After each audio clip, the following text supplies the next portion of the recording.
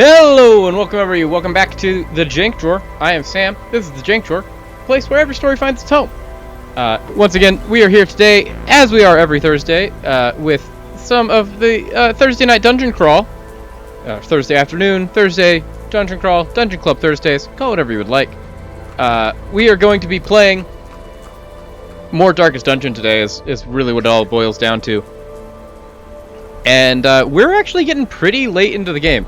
We are officially further than I have ever made it before, in the hundreds of hours that I've spent playing this game. And so we're entering new, bold frontiers.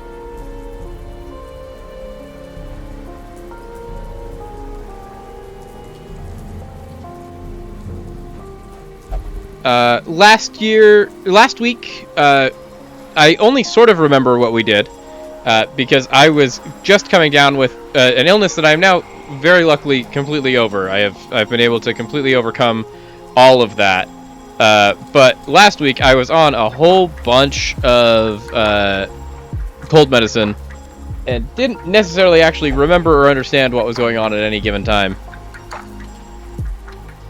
But if I remember correctly, I think we talked a little bit about storytelling to be in the stream, and I talked about how I try to tell stories and make stories, and specifically around one-shots, so you can tell stories that are one-off and concise and short, because there's a lot of different ways to approach storytelling, and sometimes you need longer-form narratives, sometimes you need shorter-form narratives, and a lot of it just depends on individual situation. And then we went on to playing the game, and I think we finished all the rest of the veteran dungeons, and started our first champion dungeon, which is the ones that you bring level 5 and level 6 characters into. And it was really, like, nail-biter at the end there, but I think we actually, if I remember correctly, beat our first champion boss, which is honestly kind of huge. We went in and we fought, I think, the champion Necromancer, which is wild. And so now we have the rest of the stream to figure out how to do all the rest of the things we need to do. And I don't really know necessarily what that is going to be or how we're going to do it. But we will cross that bridge as we come up to it, for sure. Beyond that, I think we could do just a little bit of chatting, wait for some more people to come in. I had wanted to start preparing topics that we could talk about for the first little 30 minutes of these that would be like last week, where I had the thing that I had written out about how to tell one-shots and do things, essentially taking one of my YouTube series that I had been doing for a while that I have just had sitting on the back shelf and need to either revitalize, but doing it live, where I would do presentations about different storytelling techniques, different D&D techniques, and things like that. And then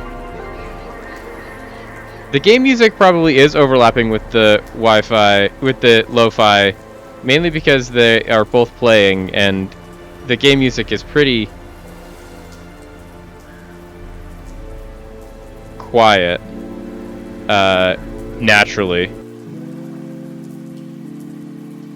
Is that better, Rat King? I just turned off game music for now.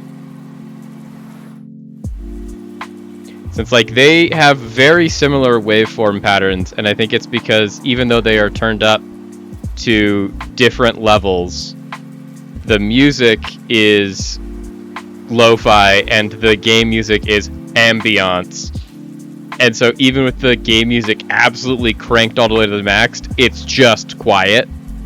The game's just not that loud to begin with. That's just how the game works. We'll have to fix that a little bit more when we get off of the talking head part of the stream and into the actual games. And so we do want the game music. The game ambiance is kind of very important, but also the lo-fi beats. What would we do without them? And the answer is probably we'll just have to turn down the lo-fi beats even further, which is fine. But yeah, so I had thought about doing that, and then, of course, you know, I got absolutely bombarded by illness last weekend and didn't premiere. So this is, classic streamer moment, streamer making excuses as to why they didn't do their job. Because, like, let's be honest, my job's not that difficult.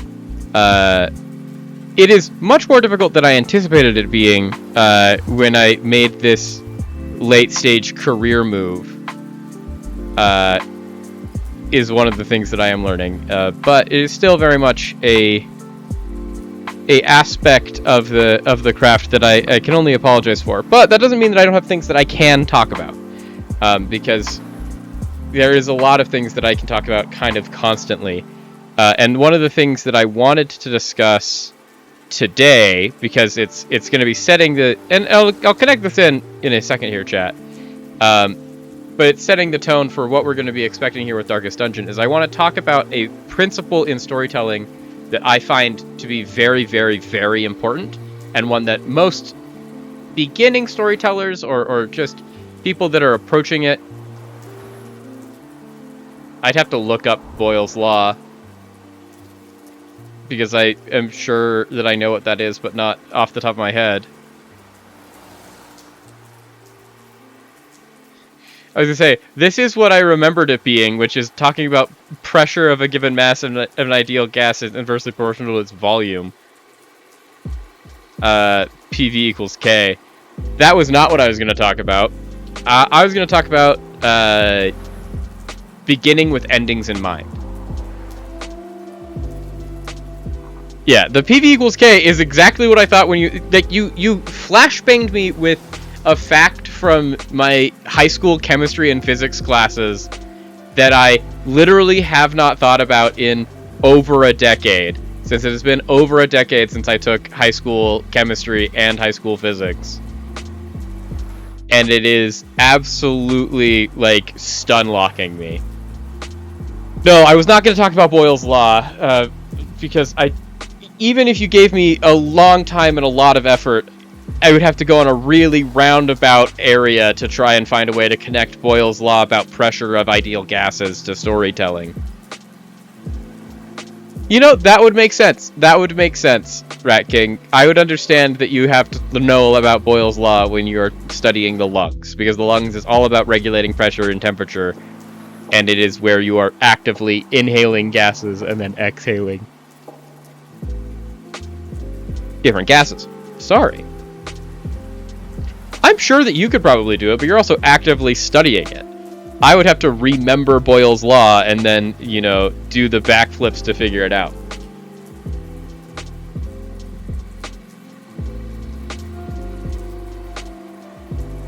I don't think that that's a bad way to put it. Pressure within a story equal to the spiciness of sad story.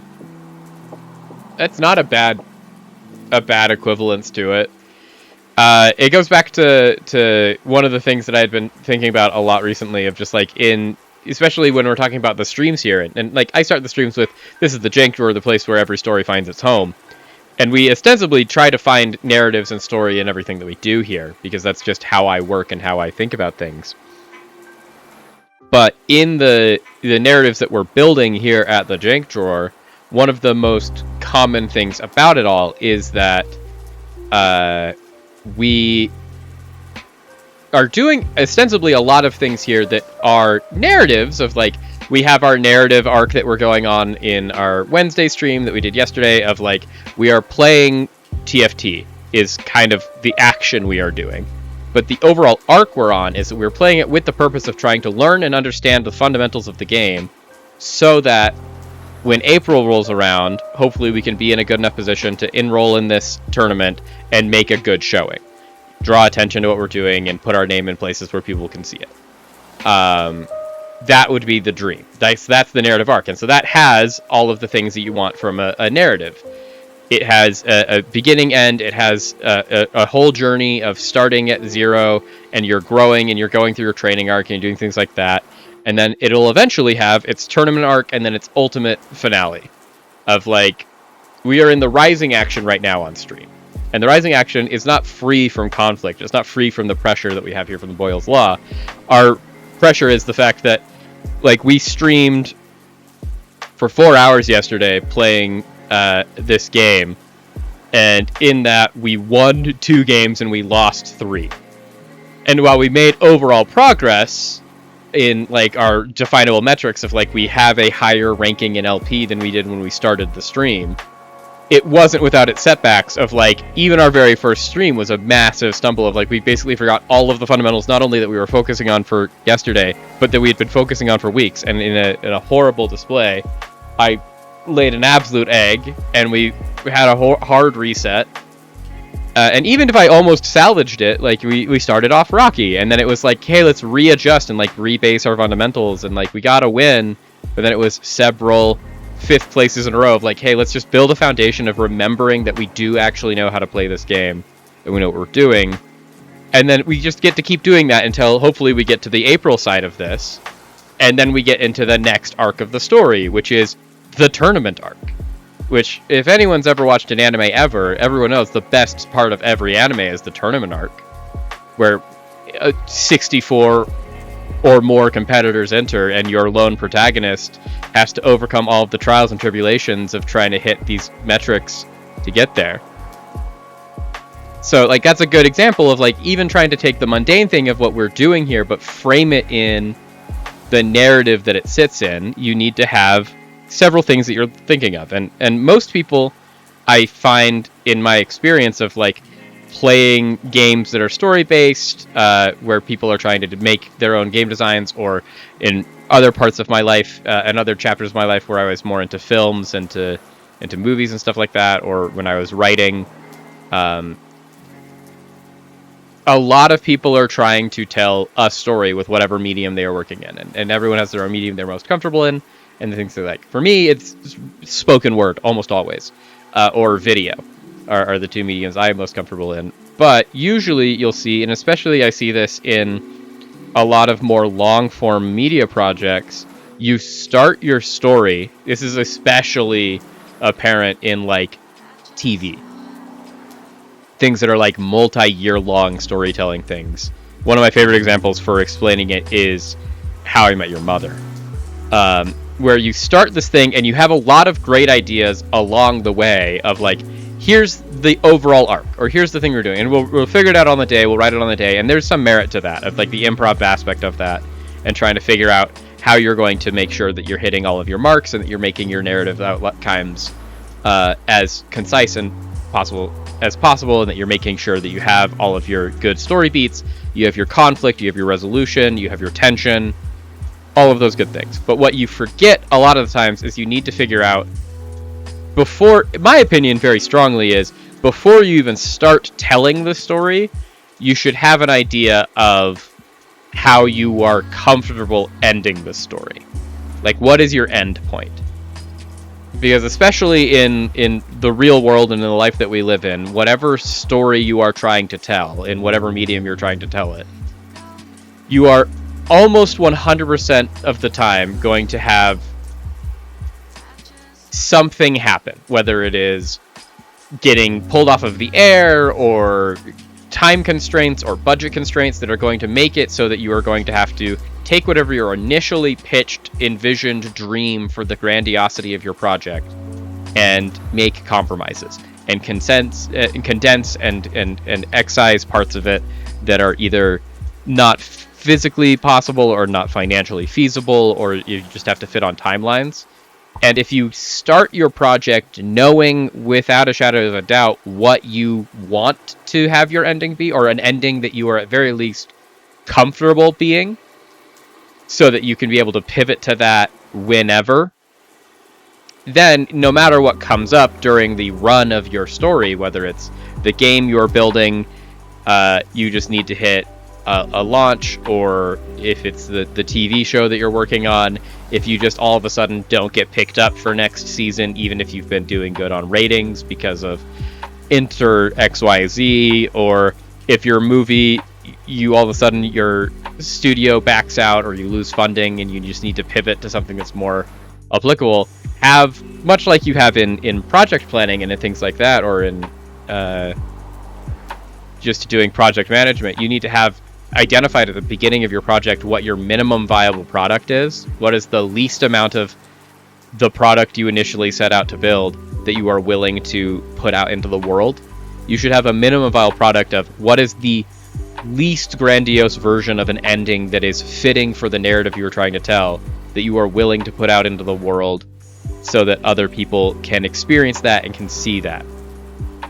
And that's something that I feel very, very strongly about. And the reason I feel so strongly about this is because of ideas like the one that I lived through that was kind of the best example of that is the final season, or even just the final 3 episodes of How I Met Your Mother is why I use it as such a great example of like How I Met Your Mother starts with episode 1, Ted X years in the future sitting down on the couch with his 2 kids saying, I'm going to tell you the story, and it's going to take me forever to do it, of how I, Ted Mosby, met your mother. Simple premise. This is the entirety of the emotional crux at the center line of that entire show. And while they deviate from it pretty liberally throughout the course of the actual show's running, as you figure in the individual storylines of all of his friends' lives living in the early 2000s in New York City, because that's when the whole thing takes place. Ostensibly, the heart and soul at the middle of all of it is that we are supposed to be believing that this is the story of how this one man, feelings about him aside, finds the love of his life, has these 2 kids. And that's the whole thing. And they got, I think, 9 seasons to try and tell it all. And then towards the end of season 9, it was revealed to the showrunners that they were not going to get renewed for a season 10. And so at that point, they have to be like, okay, how do we end this? Since you know the ending from the beginning. The ending from the beginning is he meets their mom. That's all that you know.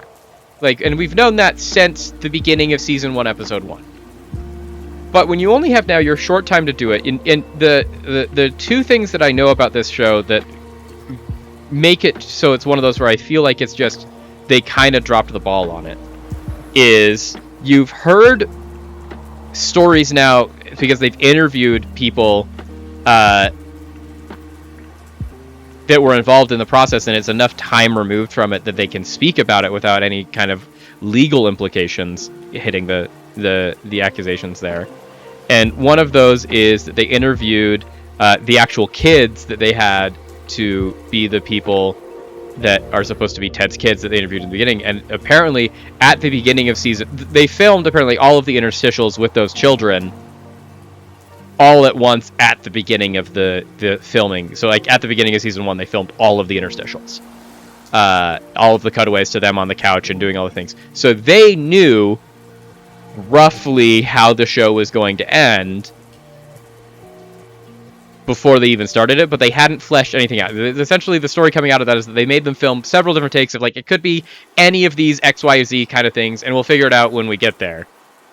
But that the one kind of thing that they kind of had honed down to is that they were always going to come back to, independent of whoever the wife ended up being and the mother ended up being, that the end goal of the show was them getting to, well, Ted's single, Robin's single, they have to end up back together, and that was the ending that we got, is him being like, well, and that's how I met your mom, and then XYZ happens, and then they're like, well, now you're single, she's single, go get the girl, and he runs out and he goes and reconnects with Robin.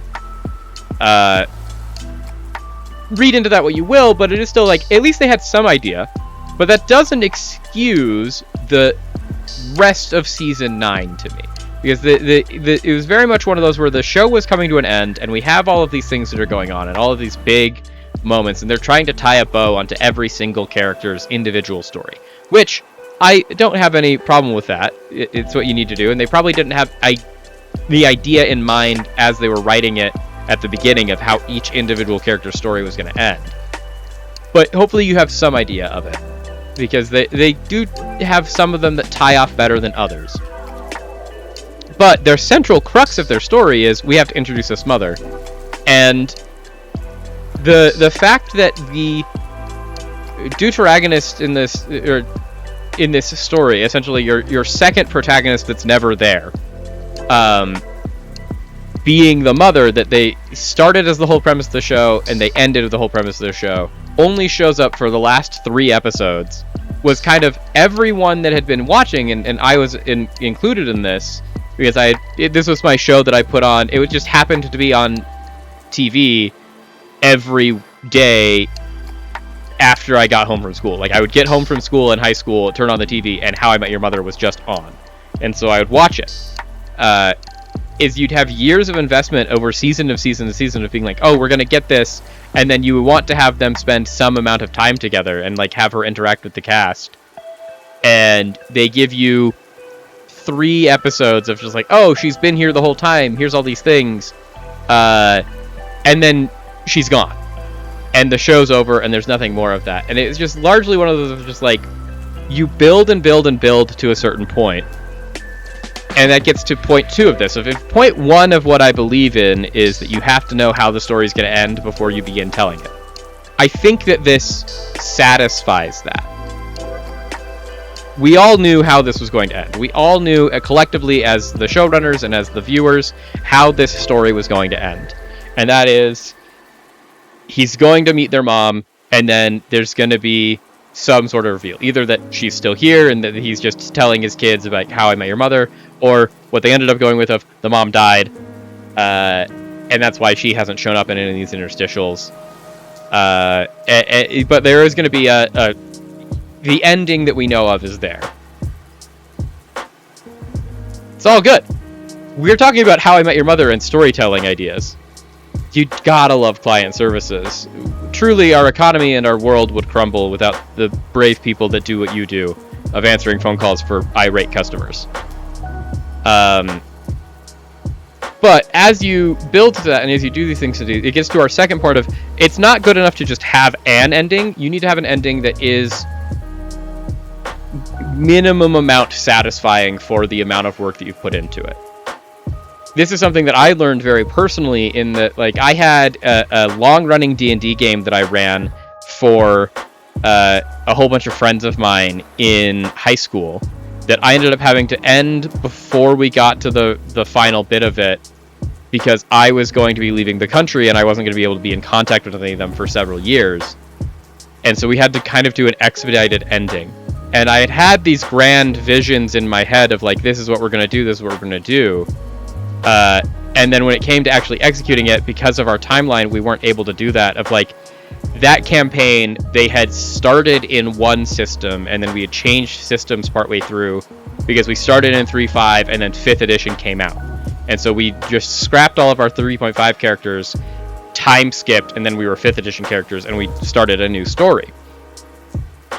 And then when we got to the ending, I had this grand plan that we were going to have all of their 3.5 characters come back, and every one of my player characters was going to be playing 2 PCs, their current PCs that they'd been playing through this entire campaign with, and then on top of that, they were also going to be playing with a 20th level, epic level version of their 3.5 character that had been scaled up to being a 5th edition character sheet. And that was going to be the whole plan. It was going to be really cool. And they'd been meeting all of their various previous characters along the journey. And they were going to fight the Lich that was the end of the campaign, like the end boss. And the Lich had all of these armies. And it was this big, huge fight.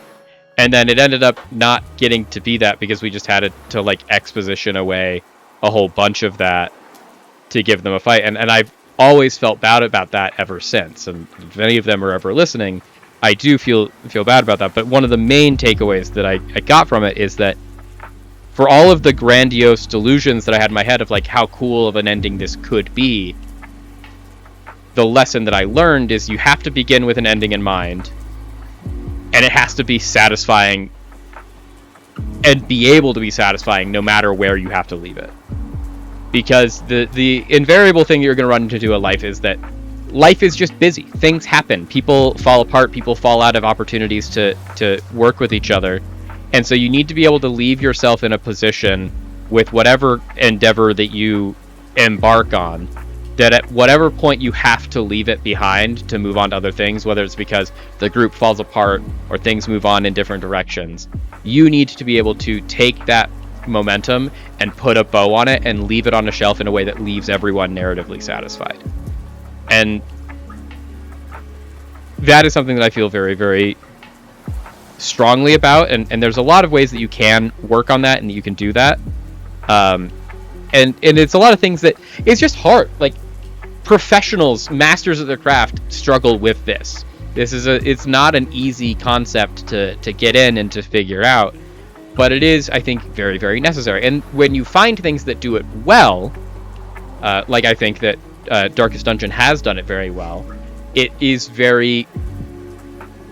That's why those games and why those stories resonate with people as much as they do, and they endure the test of time, is that wherever you leave off with it, it leaves you in a place where you're either wanting more or you're satisfied and you are enjoying your experience.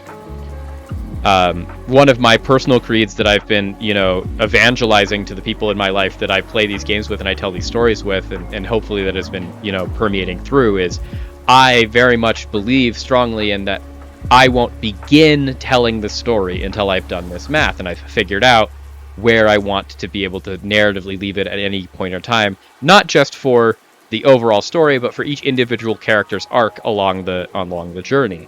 And I take that same approach into a lot of the things that we're doing here. I have narrative plans in my mind for each of our stream projects that we're doing right now. Of like, I know what I want the end goal of this Darkest Dungeon playthrough to be. I know where it is, but if we had to leave Darkest Dungeon behind today because Twitch meta shifted or things than that, I know where I would want to leave it. And I agree, it is easier said than done. That's why I'm saying, like, this isn't me saying like a scathing review, inflammatory comments towards the people that literally do this professionally and are trying to do that. But I think that there's a lot that you can control of trying to figure out where you fit into this mechanic and into this system and how to prepare yourself for whatever inevitable outcome is going to come on. Because there are so many variables you can't control. One of them that you can is thinking through permutations of how you can end things on and how you can do things in such a way. Of, like, at that point, I didn't know this, and so I wasn't able to come up with a better way to tie that up with where we were for my friends. And a lot of that comes down to my own inexperience of this. This was over a decade ago at this point, and I've spent a decade since then learning how to be better at telling stories and just telling more stories, consuming more stories. But this is just a thing that happens, and a lot of it comes down to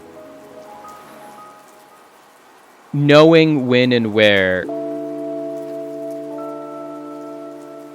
That is a great example. Lord of the Rings, Tolkien, having read Tolkien's unfinished stories, like, there are worlds and stories and narratives beyond number there, and that's the reason why they never really got to publication other than the anthologies that they're in now of the unfinished tales, is because I think this is actually a really good example of what I'm talking there. It's like, don't start something that you don't know how to end until you figure it out. And that doesn't mean don't, like, try to figure it out, because, like, Tolkien is very much the example of, he started thousands of pages of stories that he didn't have an ending for, but that wasn't just but he just never finished them because he was working on it. It's once you have figured that out that you can start translating from the idea phase to the actual production phase. And what I'm talking about is for things that are going to be in production phase, if that makes sense. For the things that are still in the idea phase, generate, try and figure out everything you can do. It's when you get to this production phase, when you're in production of producing a thing and making a work of art or a story or whatever it is, I very much strongly believe that you need to have an idea of a place that you can leave it. Because the other side of this coin that you're going to run into is what I think is a better example of what we're at right now of look at A Song of Ice and Fire and George R.R. Martin. George R.R. Martin has written, I think at this point, 6 books in the Song of Ice and Fire series. I haven't read any of them, so I don't know the exact numbers, but he has written all of these books, and they are so wildly successful and beloved that you have HBO Max that made the entirety of Game of Thrones, and now they're making spin-off after spin-off of just like people clearly love and are invested in the world that he has built and the stories that can be told in that setting. But you get to the end of Game of Thrones and they're trying to write things and produce a show to a series that is unfinished, and George R.R. Martin just, at this point, I think has literally gone public saying that he's never going to write the last book because he just doesn't know how to do it. And it's the risk that you run it's just if you start these things and you start actually getting into production without even an idea of where it's going to go and how it's going to end up. I get that that's difficult, but you put yourselves in this position now where it's just like so many people soured on the end of Game of Thrones because they're just like, hey man, this apparently ended really, really poorly. And now I honestly feel really bad for George R.R. Martin in that he's in this position where it's like he's seen one example of what can happen.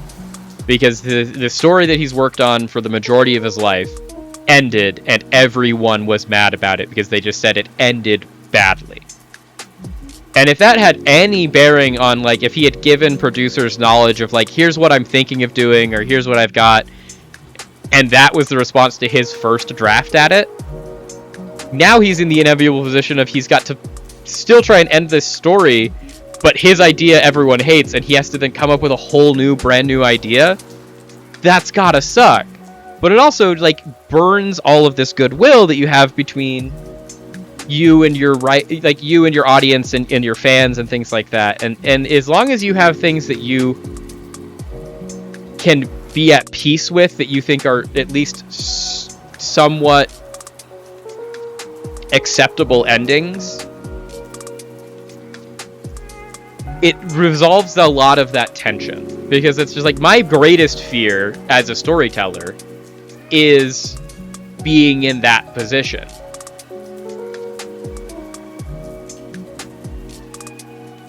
Yeah, and I think that that's fine.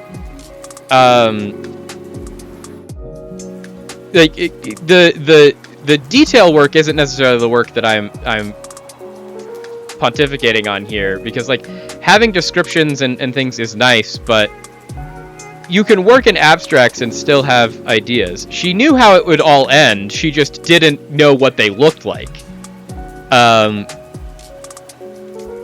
And I think especially in the medium of literature, you can get away with that a little bit more as well, because the one of the great things about books and that medium and as an avenue of telling stories, and it's the same when you get to spoken word like I do and things like that, is as long as you know how it ends, you're relying so much on the individual imagination. Exactly. And while I don't really like J.K. Rowling as a person and her own personal politics that she has ascribed since then, she's making the same point that I am here. It's like, if you know exactly where you are starting from and you know where you are trying to get to, even if it's you have multiple versions of where you're trying to get to, that you are various levels of like along the path, these are off ramps we can take if we need to, it helps you stay on the rails. As long as you know where you're going, you can always come back to home. Which also, I think it has twofold effect there of, it helps you stay on your true north of essentially this is where we need to go eventually, if we're gonna go from point A to point B, where A is our beginning and B is our ending. As long as we keep doing that, we'll be fine. But then it also gives you the narrative freedom to be like, but we don't have to take a straight line. We don't have to get on the tracks and take it like a train. We can go all the way over here and loop back around, and we can backtrack a little bit, and then we can come all the way over here. Like, you can go in all of these different directions because you have that touchstone you can go back to of knowing where your ending is. And like, it is really hard, and I'm not trying to say that it isn't. It's just when I'm trying to give advice at the beginning of these streams of like things. Yeah, well, she's completely lost the plot on her politics, and that's why I said I didn't want to bring that necessarily up. But in the story of Harry Potter, it kept her on the rails, which is great. Nothing has kept her on the rails since then. She is truly untethered and unhinged, and I disavow much of anything she ever says. But in their narratives and in things like that, these are the things that I'm just passionate about, and it's why I want to talk about them and have this opportunity and to tie it into the games that we explore here, and as we use these as case studies into ways you're doing that. I'm just like, we don't know the ending of the game we are playing right now. At least I don't, and you as the audience don't, and me as the presenter who's trying to experience it and give you a lens to experience it through. The only thing I know is that we have this thing known as the Darkest Dungeon, and we are going to go in there, and we are going to fight things. And it's taking place in our ancestral manner, and it's going to probably be somewhat eldritch in nature. But what I do know about it, from interviews with the people that made the game at Red Hook Studios, or from watching other streamers experience it, or watching other videos about the game as a whole, is that it is memorable for many reasons. The game that we've been playing in Darkest Dungeon is memorable because of the implicit storytelling of it all, the fact that you're finding things in the world that are diegetic to the world, that are telling you more about it.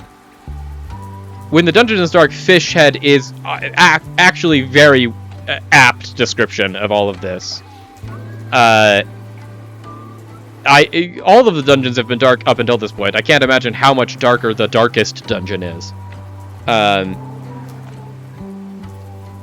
it is also because they started with an end goal. Their end goal is probably something very Cthulhu and very just Thing from Beyond the Stars inspired. But they had an end goal and they had a beginning, and they were able to then use that as a narrative through point of, like, if we design everything around where we're trying to go and where we're trying to get, it makes something that endures the test of time.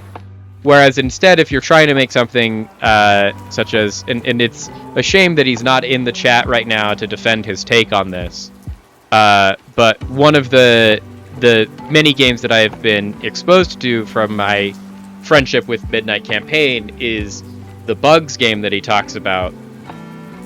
The Bugs game has no real story. It is something you can just iterate on forever.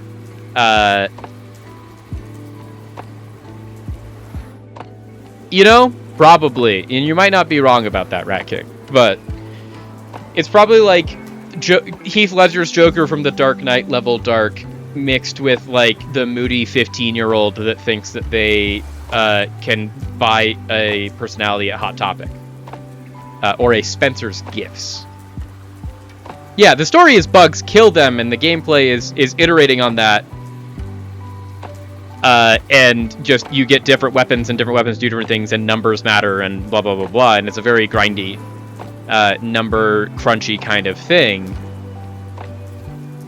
Those are great, but they don't have the lasting storytelling. It's the same as, like, when you're trying to do there's a reason they make a new Call of Duty every single year. It's like, even if Call of Duty has a campaign mode, and the campaign mode definitely has story teams that are trying to think about it. This is coming from a guy that played every year release of Call of Duty for a not insignificant portion of my life. I wouldn't say that there's any narrative ground being broken in those things, because they can't really.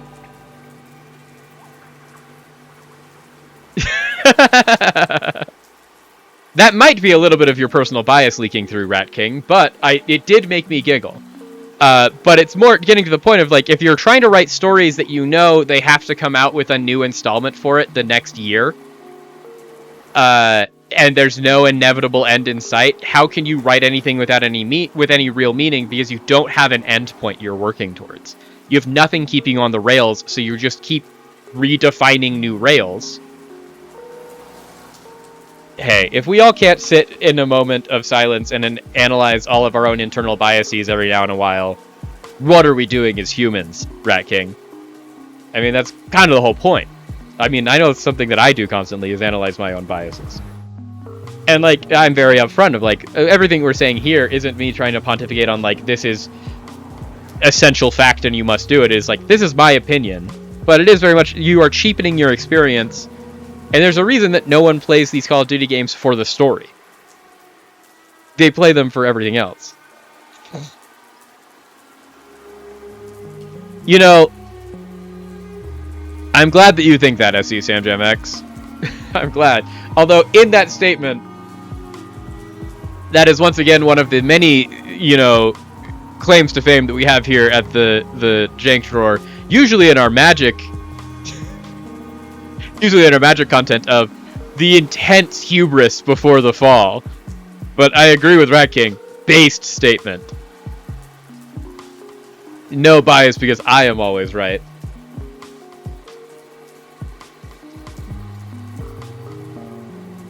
But if I were to try and summarize this entire conversation up, yeah, we are a bias-free zone here in the chat. This is the Jank Drawer. It's where every story has its home, and there is no bias in the chat. The bias unallowed. It's a chat rule. You cannot have bias in the chat. I'm glad that you're back, J-Del. What we've decided and decreed is that there is no agenda here. You cannot have any bias in the chat. I'm allowed to have bias as the streamer, but the chat, bias-free zone. Because you're all just perfectly correct constantly. But, in summary, I do think that there is a lot of merit that comes to more of an impossibility. Your Sanji agenda will be biased. Fair.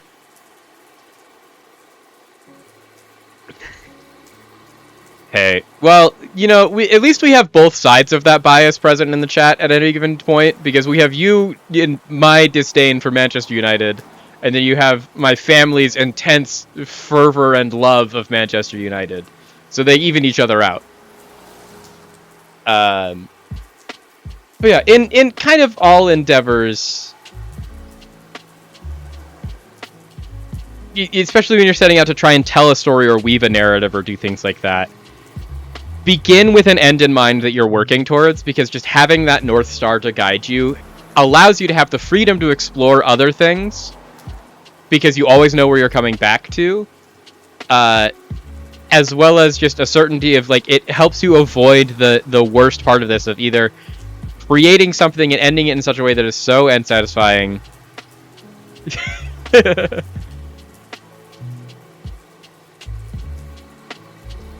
Exactly! There's always an option of being an unreliable narrator, and that's honestly some of the most fun, but you can't be an unreliable narrator if you don't know where you're trying to go, is kind of the thing.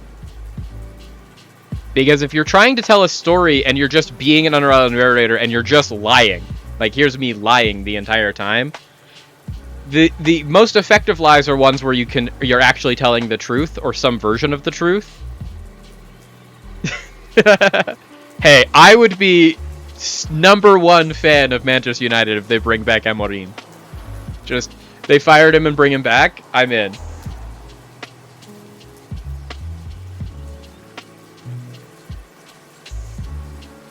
Yeah, it's that's my, if we're getting to our big tie it all together circle moment of the whole rant that I've just gone on for the past 40 minutes, it is, if you're going to start something, make sure you know where you want to go with it. You have a goal in mind and a vision there, because it gives you the flexibility and the freedom to explore other places. It also helps you avoid the pitfall of getting into, a season 8 of Game of Thrones or a season 9 of How I Met Your Mother, of just, hey, we have not, we don't know how to finish it, and so we're going to just finish it in a way that everyone's going to hate, and then everyone hates you, is my storytelling tip of the week. But once again, I'm heavily biased. Also, it would be horrific if they brought in Bruce Arenas to be the full-time manager at Manchester United. I cannot think of a worse idea. Even the joke answers of Amorim and Erik ten Hag, I think are less bad than bringing in Bruce Arenas. All of our narrative discussion aside, let's get to the actual narrative that we are meant to be discussing, and that is Darkest Dungeon. As I was talking about at the beginning of the stream, we made a lot of progress last week that I do not really remember.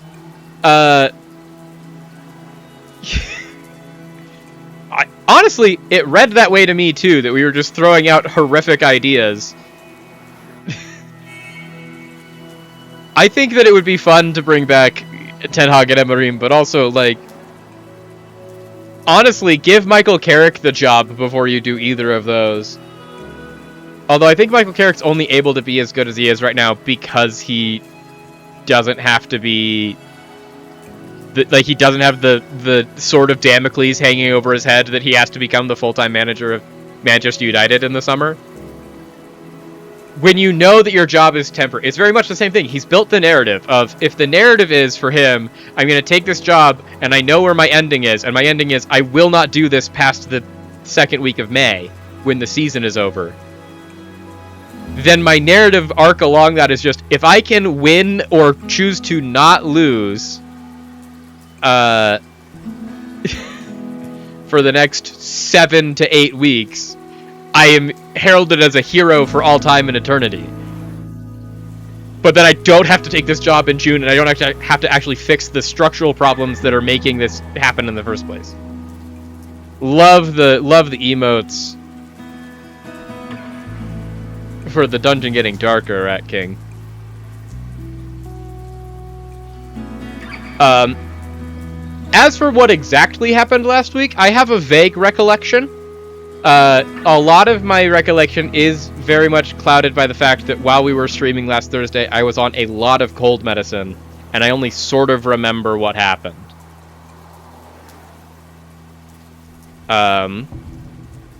That being said, I do think that we have finished all of the...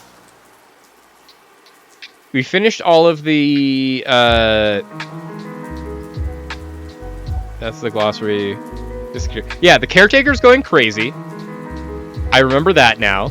We did all of the veteran bosses. So we've beat the veteran Necromancer and Prophet. We've beat all of the veteran Hag and Brigand. We beat the Swine King and the Unstable Flesh.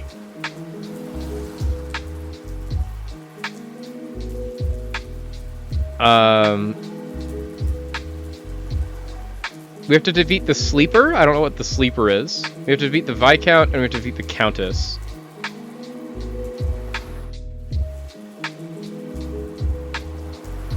Okay. So, like, we've made it most of the way to these Caretaker goals. And then, most importantly, we finished our first champion dungeon. We went and beat the Necromancer Lord. Which is why we have all these people that are incredibly stressed out.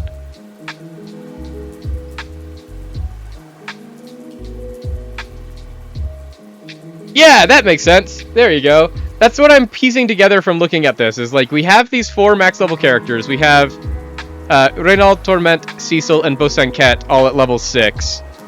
And so, like, we haven't beat the game yet, but we are now entering, I think, officially the end game. We are in Act 3 of our 3-act story.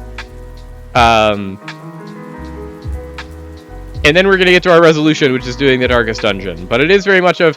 We had a real stark wake-up call in facing our first champion boss, in the fact that we brought in what I thought was going to be a very, very powerful team, and everyone almost died. Because everyone is just incredibly stressed out. So we need to, do a little bit better about that. Speaking of, we're going to try and find a way to...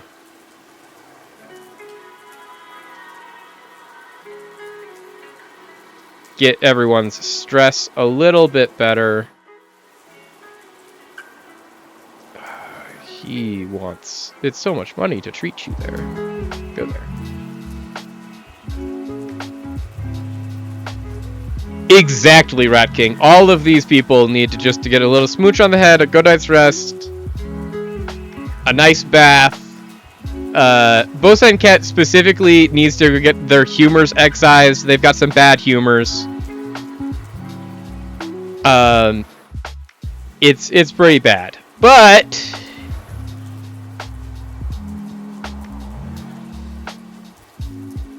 we're doing pretty well. So we have to now think about what we're going to do, and we have to start building what our final teams are going to be. Because we are eventually going to have to, go to the Darkest Dungeon. We also have more of Ormond's story that they need to do. We need to find the rest of the snakes to finish all of the snake fights. I think we've done 4 of the snake fights, and there are 7. Weirbo has rabies. We don't actually want to cure rabies. Rabies we like. But let's sort by level. So we've got a whole bunch of people that are level 5. So those are the people that can do all of these red dungeons. Ancestor's Mustache Cream. 50% blight resist and debuff resist and plus 10% stress. Sanguine Snuff, Crimson Curse. The other thing we need to do is we eventually just need to get more invites to the courtyard. Because, like, there's no way we're going to one-shot the Viscount dungeon. Like, I can tell you, based off our experience of how hard it was to find the Baron and the fact that we needed to go in there, like, 4 times, we need more invites to the courtyard. So we really need to get that going.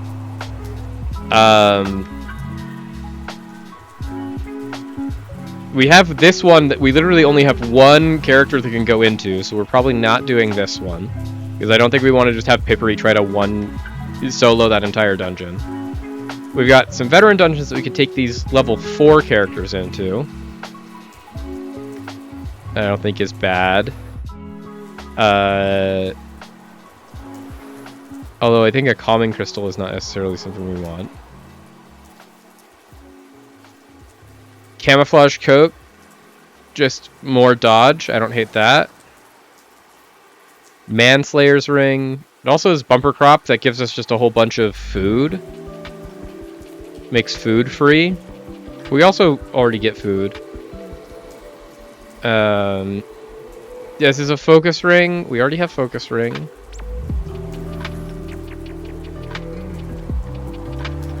Okay, so I think most of all what we need to do is we need to start working on a couple of things. So we have essentially, like, I think we're gonna be real about it.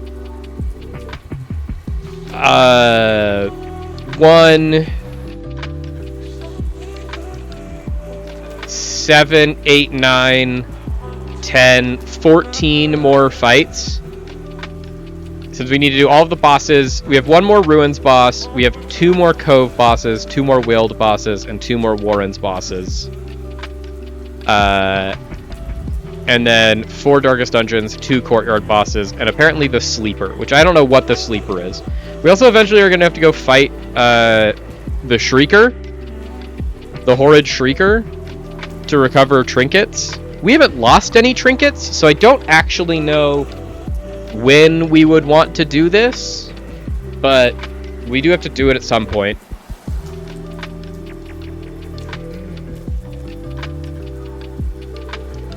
And we need to get teams for that. And then we want to build our teams, since the one thing that I do know about the Darkest Dungeon is that any hero that we bring into the Darkest Dungeon, we can't bring into any other part of the Darkest Dungeon again.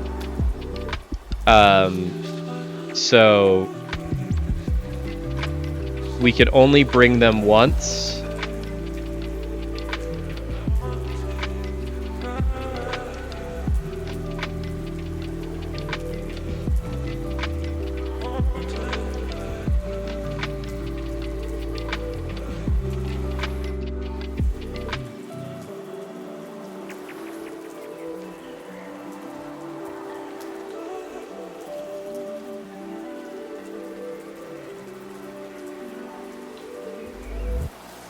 And then eventually we have to come to one of the worst parts of the game, but the most important parts of the game, and that is, it's time for us to start actually really locking in on these quirks. Of, like, we need to get people that have good quirks and get rid of their bad quirks and start locking in some quirks. Because, like, what we're already seeing here is, like, Reynald is a good example. Reynald now has Fast Healer, which replaced Thick Blooded. So, because he already has 5 things, anytime we take him into a dungeon, there's a chance that he's just going to get a new quirk, and it will replace one that he already has. And he has something like Warrior of Light, which is one of the best quirks in the game, We do not want him to ever do that. So we, at one point, we're going to have to put him into the sanitarium and try and lock Warrior of Light permanently in as something that's never going to be touched. Unyielding's also pretty good. Just make it so it's harder for him to die. But then there's also some of these that we'd want to get rid of. Like, Slow Draw is bad. -4 speed on the first round is just kind of a death sentence. So we're eventually going to have to get rid of that. And so we need to start figuring out what our darkest dungeon teams are going to be, and then who's going to be on them, and then start making sure that they have all of the kind of abilities we want them to have.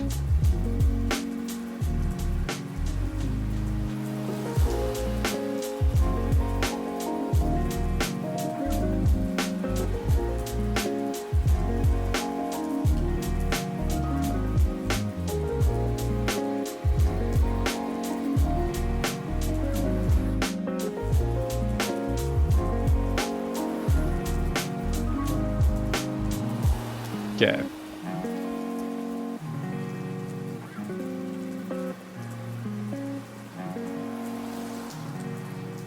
Okay. As for what we're going to do today and what we're going to do right now,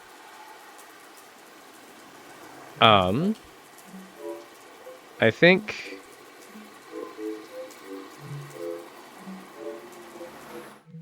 our best bet is we just start leveling people up and figure it out from there.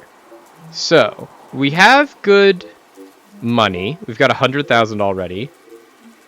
If we're looking at our districts, we can build 6 more, so we just need to see what our districts are that we want to be building. I think a pretty high priority one is the Puppet Theater, just so we have better idle stress relief. We're pretty far away from that one, but we can get crests pretty easily. And then we have individual class-based ones that might be worth building. Something like... what are our things that we know are good? Like, we know we want Altar of Light, because Crusader, Vestals, and Flagellants... We don't necessarily going to use our Flagellant all that often, but like Crusaders and Vestals are really, really good. House of the Yellow Hand we want to build, because Bounty Hunter, Grave Robber, and Highwaymen, 2 of those are 2 of the best things that we're going to be doing, since we love Grave Robbers and Highwaymen are just busted. Our Occultist and our Plague Doctors are nice. Knowledge Curios heal 15 stress. So let's just try and get Curios. We also need to finish upgrading all of these. Of like Guild, we need Portraits. Blacksmith, we need Deeds.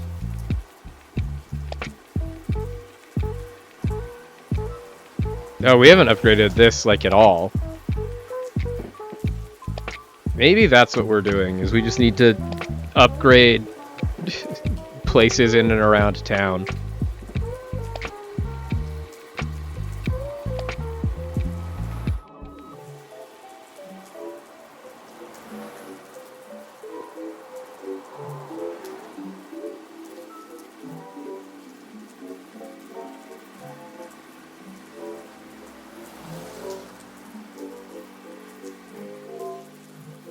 Okay, so...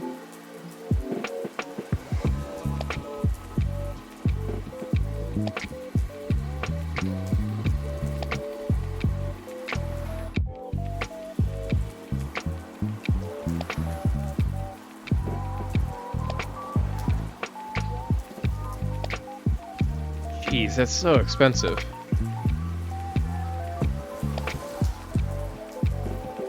That's as cheap as it gets? Yikes.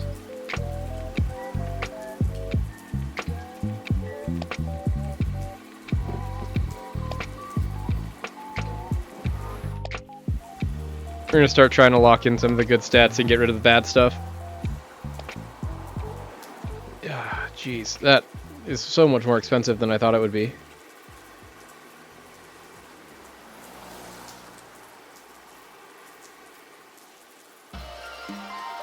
Okay, so one of these dungeons is the dungeon that we think is going to be best. We're going to probably do one of these orange dungeons. Of the orange dungeons, do we already have a Manslayer's Ring?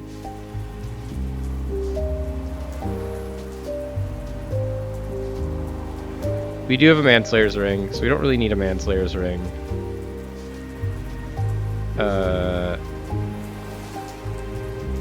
Short Veteran. Camouflage Cloak we don't have. Camouflage Cloak is probably pretty good. We can bring Colombier.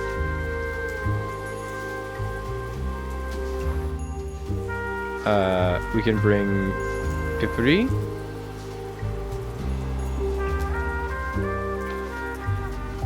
Let's bring Rebo, and let's bring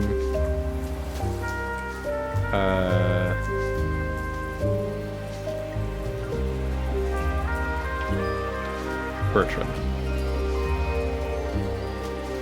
Okay, so once again, we're just trying to do this. We're just going in to try and get, like, an item that we don't hate, and mainly we're just going in for the experience points on all of our characters here. But these are all things that we should be really well equipped for, so I'm not really super stressed about them.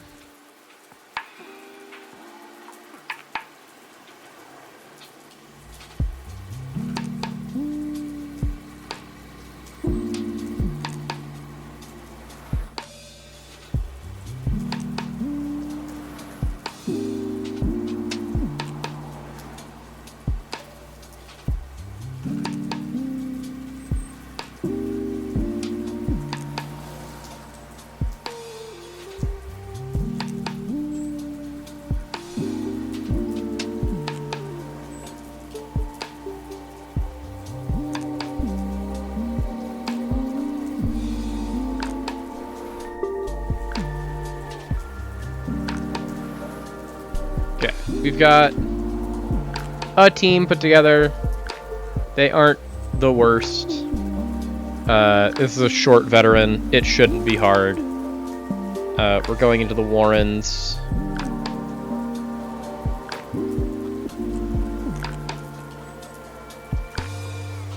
We only need one more food. We need 10 torches. A key, a shovel. We already have a shovel. 2 holy water.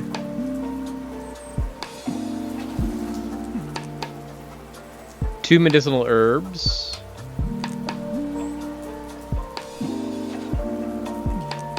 Two bandages. And then 3 anti-venom. There we go.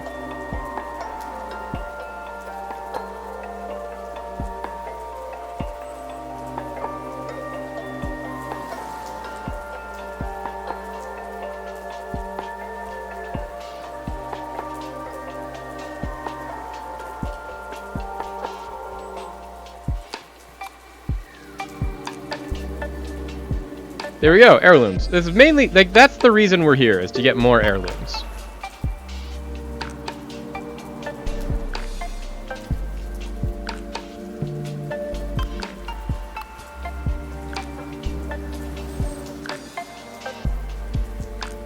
Jeez, immediately killed him. Perfect.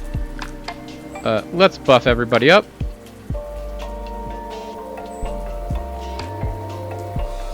And then let's get the mark on.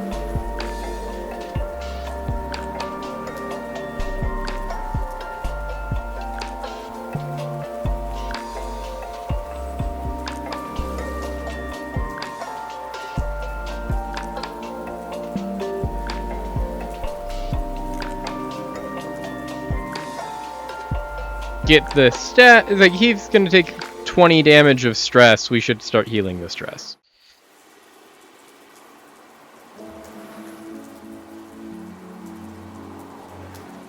Nice dodge. Huge crit.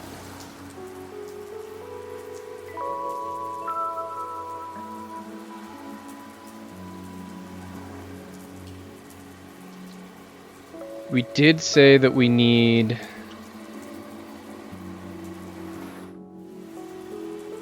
invitations. And this guy has an invitation. Perfect. We can kill him.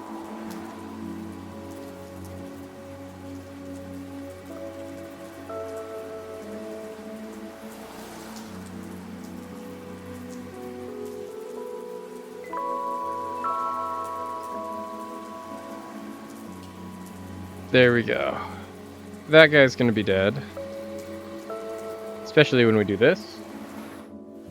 Okay, so that is a guaranteed invitation, which is perfect. That's one of the other things we need, is we just need to get more invitations, so when we eventually do the next Crimson Curse boss, we can go in as many times as we need to do so.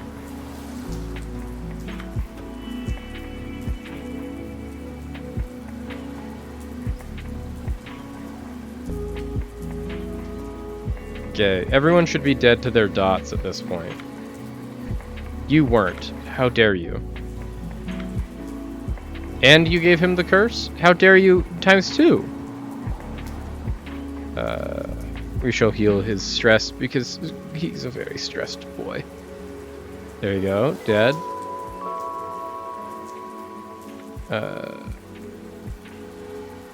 Huge damage. Way more damage than I thought we would do with that.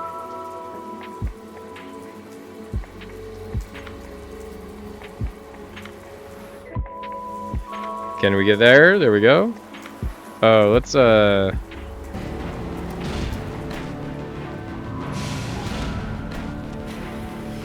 now should be game audio. I forgot to unmute the game audio again. Annihilated.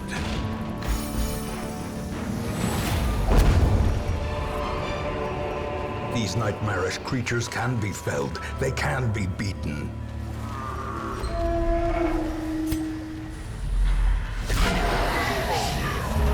Okay.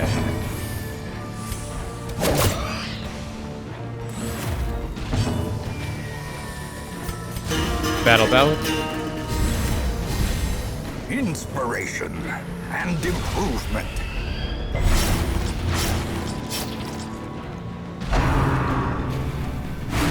They keep stressing out my occultist, and I don't appreciate that.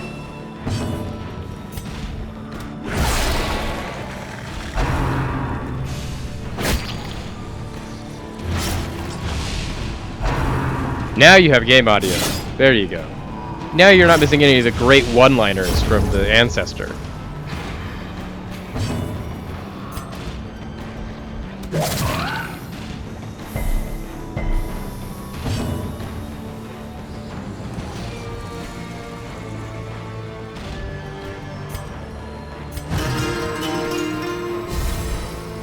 Just tell the Ancestor to chill out a little. I don't know that I can. I think he has exactly one mode, and it's unchill at all times. Sometimes he's weirdly inspirational. Most times he's extremely dismissive. Slow death. Unforeseen. Unforgiving. Forgiving. Like, look at that. A slow death. Unforeseen, unforgiving. Not necessarily what I want to be hearing.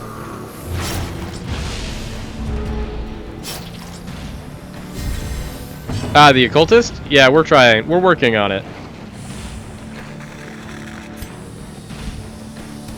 Impressive.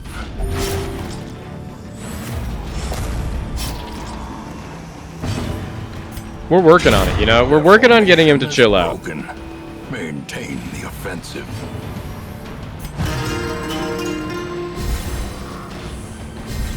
It's also one of those of, like, some of it's out of his control, of, like, it's not his fault that everyone in the world is being like, hey, this guy looks like he's really weak of mind right now. If we just target him...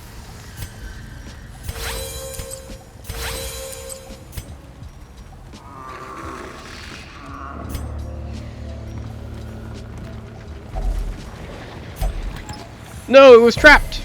That's okay, we resisted it. Perfect. Never punished. Infinite hubris.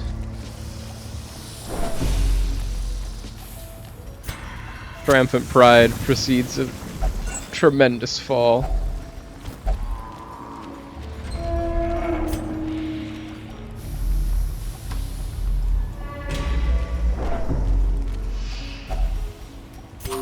We'll eat some food. As the light gains purchase, spirits are lifted. So the unfortunate thing is we only brought 8 food because this is a short dungeon and we should find... Like, this whole area is made of, like, by definition, oh, you can find so much food here. And we have so far explored 2 rooms, gotten 1 food check, and have found no more food. So we really need to step up our food game. We do love traps, but also we have Pippery with us, which means that we are never going to get stuck in a trap, hopefully.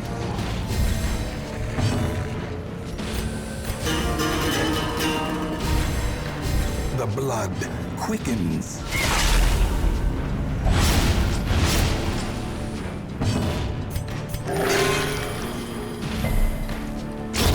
Great is the weapon that cuts on its own.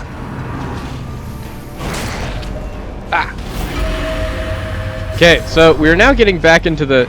Yeah, greed with a side of hubris. Stream motto. Okay, we are now 3 for 3 on getting attacked by these enemies and getting cursed. So, this might be the hubris side of our greed, showing it, rearing its ugly head. Press this advantage. Give them no quarter.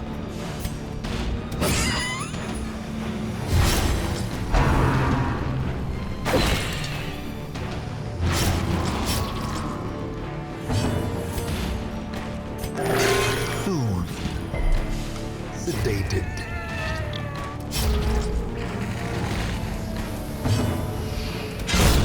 Yeah, at least there's still no bias. There's just a lot of greed and even more hubris. As victories mount, so too will resistance.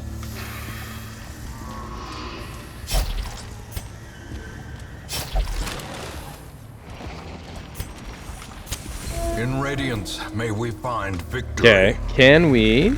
Nope, no scout. Love that. We have 100% bias-free hubris here at the Jank Drawer.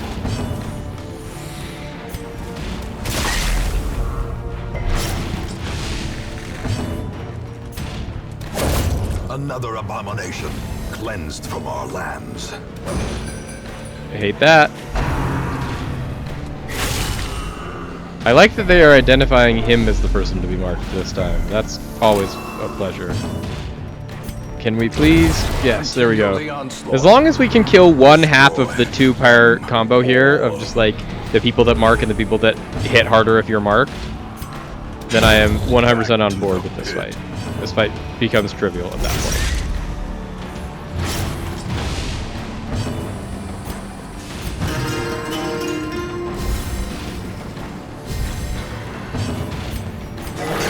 Massive heal. There you go. Big crit. Obey. Blood pumps, the libs obey. Except the extreme bias against bias. This is a no bias zone. This is a bias-free stream. We're extremely biased against bias in general.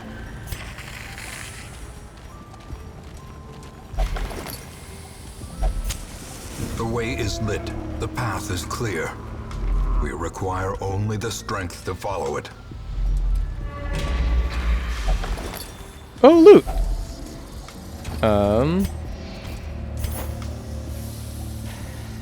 Huel, dear friend, exemplary warrior, a survivor of the King's Wars and many sorties in these halls, met an ignoble end. We were weary, Huel as and I, as we searched for sanctuary. Weariness, it appears, has a murderous streak. It blinded him to the mechanism that tripped the spikes which eviscerated him. I held him as his essence slipped away, another giant fallen in our mad pursuit. I am alone now, weary, but unbowed. I press on. Speaking of traps, we of course immediately find the journal entry about the guy dying in the traps. Couldn't be us.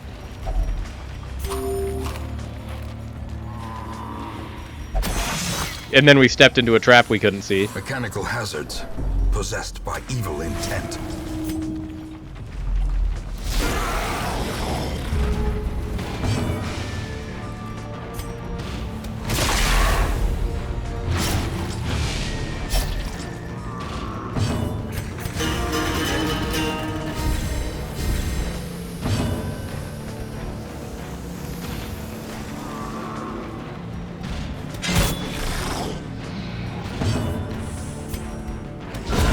There we go. Ground quakes.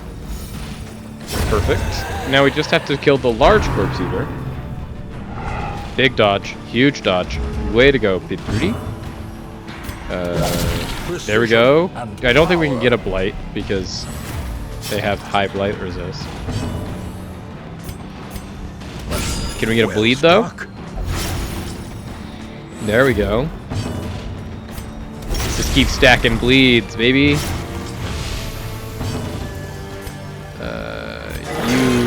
That's a 54 is insanity. Crit heal for 54 is the single biggest number I think I've ever seen. That was bad. And then a crit for 29? See, this is why we need to crit heal for 54. The bigger the beast, the greater the glory. Blood on my best coat. Remind yourself that overconfidence is a slow and insidious killer.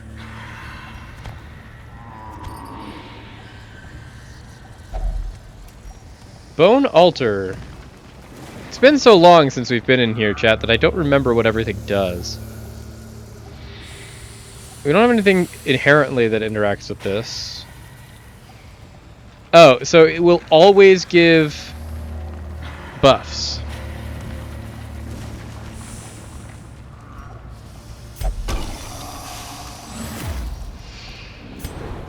Ooh, and we get a scout. Okay. Packs laden with loot are often low on supplies. Can we find...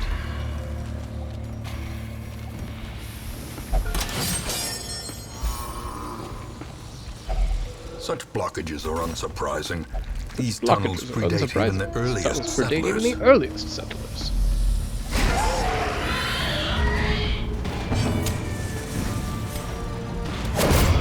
Eradicate.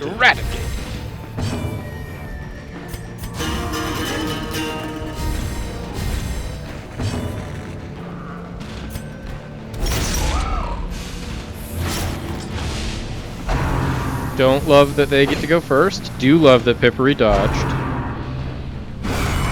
Okay. I'll take the mark on you. That's fine. Because we need to heal you up. Pippery is still reeling from the fact that they took 23 damage from that one attack.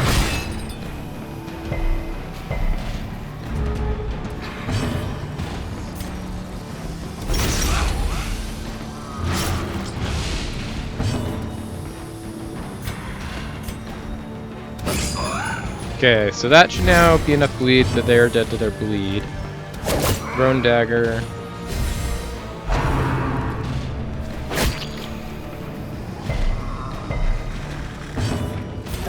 There you go, that's an actual heal.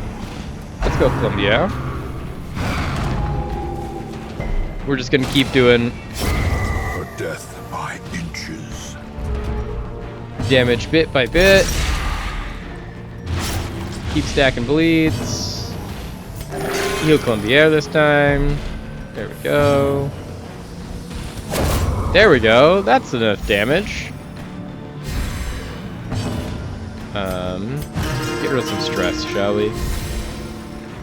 15 stress. Keep our stress low. Keep it chill. Keep it calm in here.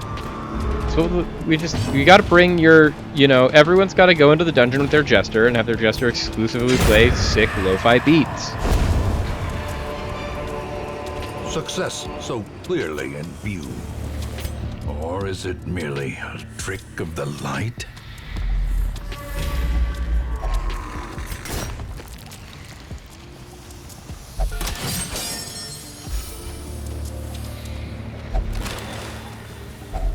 A handsome reward for a task well performed.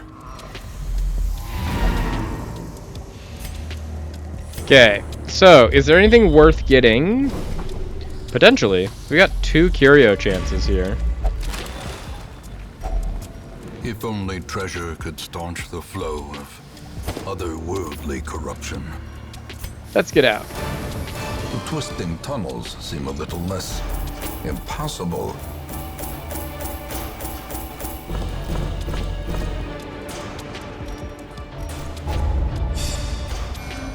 Okay, so all these people still can go again. We didn't get the name out of the level 4. Obsessed with material things. Disease resist, nice. And then Warren's Explorer. Cool. They arrive with these twins. We have gotten new shield breakers. Whirling doom. On Guard and Hot to Trot, absolutely insane. Like, such a good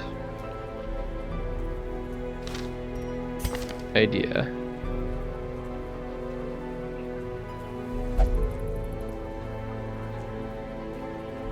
Nothing there, though.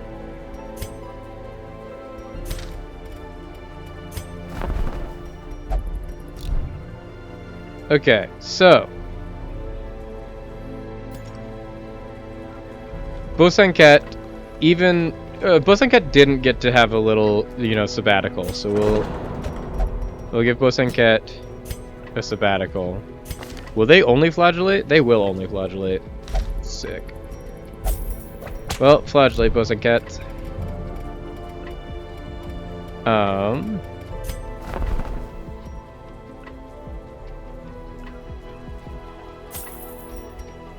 That seems pretty good.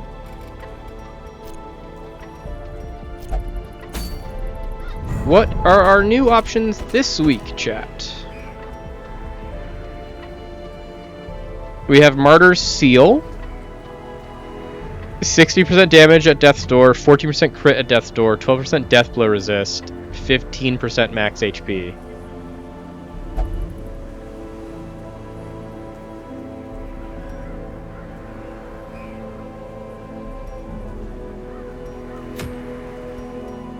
Book of Sanity, that's just good.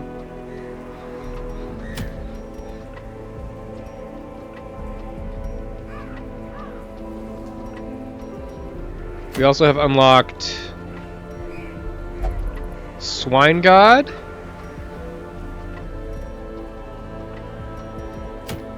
And we still have Hag, but Hag is now for a Legendary Bracer. Both of our boss fights are for Legendary Bracers, which I don't really care about. I think I want to go get this Book of Sanity. Book of Sanity is just nice because, like, this is one of the downsides for some of our really good trinkets. Like all of our hairs, like our heads, is that our head is like, hey, here's plus 30% to your healing skills, but you also take 20% more stress. But if you combine that with the Book of Sanity, it's just like, oh, here's all upside, no downside.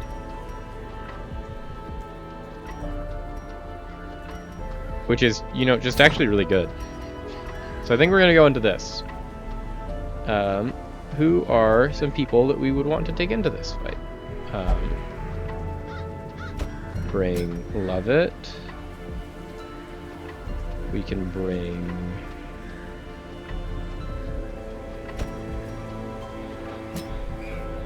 Ormond.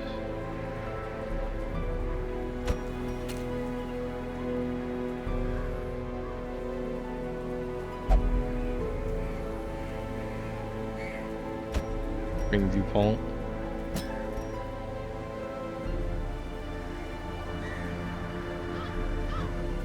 Do we have anyone that is level 4 that can heal other than Colombier? It doesn't look like it.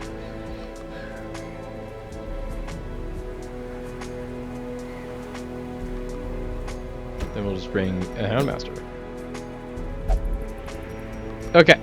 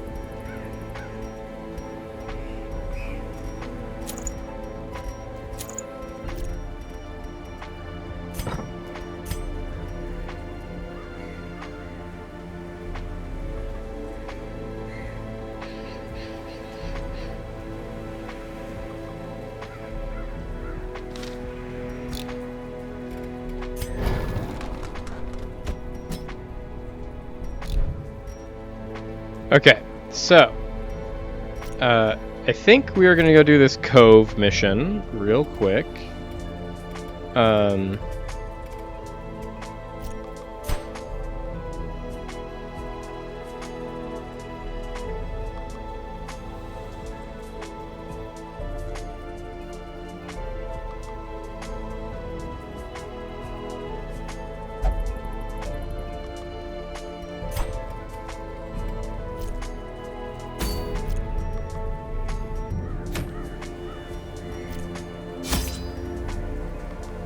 So this long cove, what do we want to do here?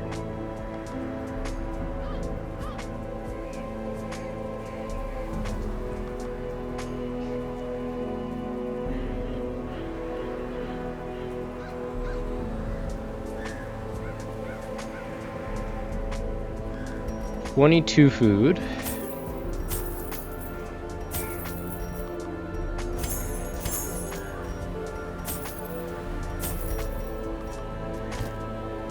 There's 22 food, 18 torches, 4 keys, 4 shovels, holy water, herbs,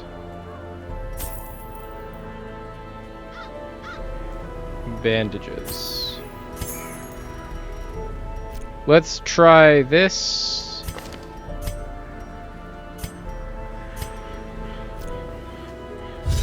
So the annoying part about this is we don't have any way to heal really well or reliably. And we are just trying to explore all of the rooms. Unbearable. We do get 2 camps. Ideally, we want to take one of those camps. Ooh, bas-relief I know we want to interact with. It's just who do we want to interact with it with?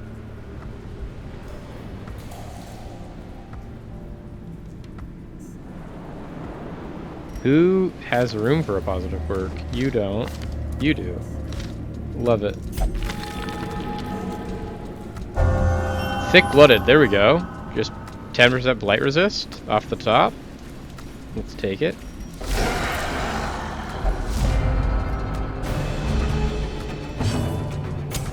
The light, the promise of safety.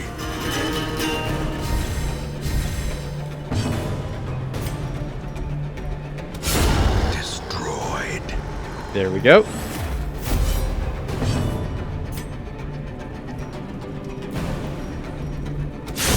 Executed with impunity.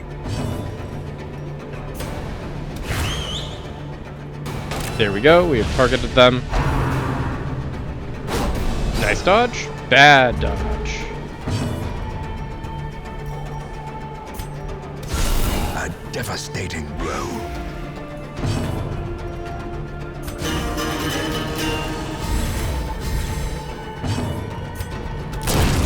There we go. Okay, so the point is like our biggest concern is we cannot heal with this squad.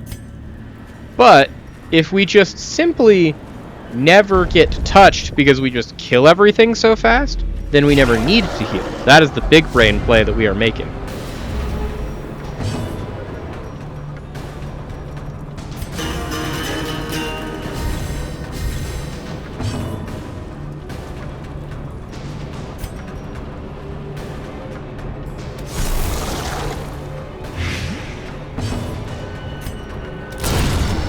Nice, huge crit. Love it there, doing the big damage.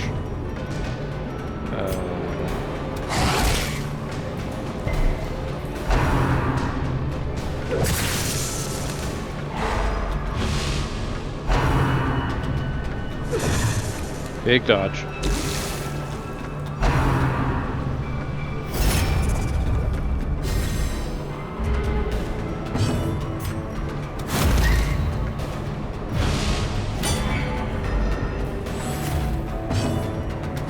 Press this advantage. Give them no quarter.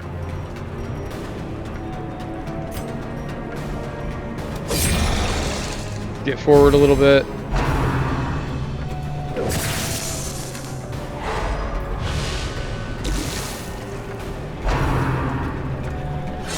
There we go, big dodge. We needed those. We need the dodges. We need just some insane dodges.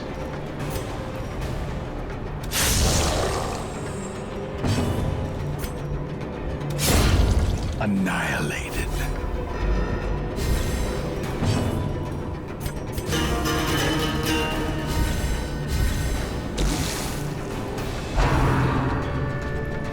Okay, that's our first real damage we've taken kind of this entire time. So if that's it, we're doing great.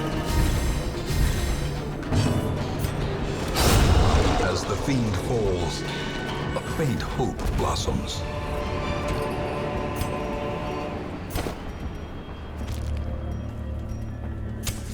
The way is lit. The path is clear. We require only the strength to follow it.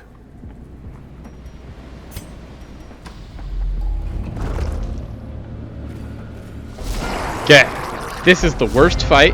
I hate this fight. 4 wide mouths.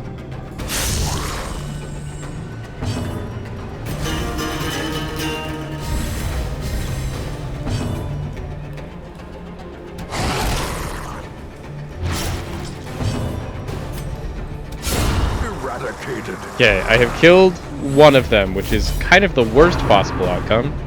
These guys can do lots of damage, and I don't have people that can take damage.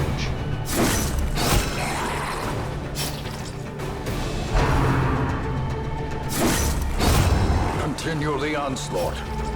Destroy them all. Here we go.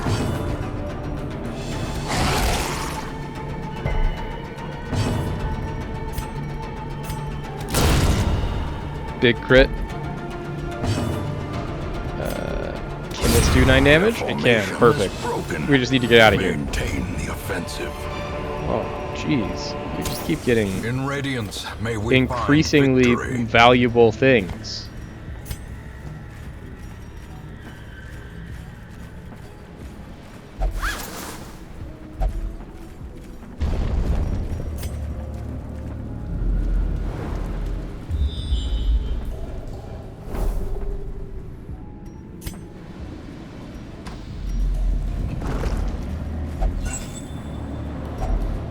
If only treasure could staunch the flow of otherworldly corruption. There we go.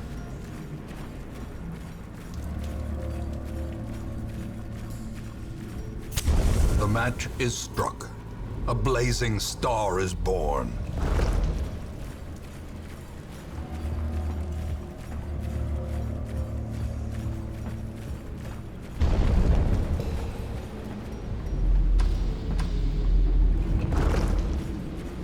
Now, what we need to do is we need to go. So, we could get a food check at kind of any point, and we'd rather use our food for a rest. I think we'll just take our first camp here. Huddled together, furtive and vulnerable. Rats in a maze. And because we brought this, we don't actually want to do... We actually want to get the surprise.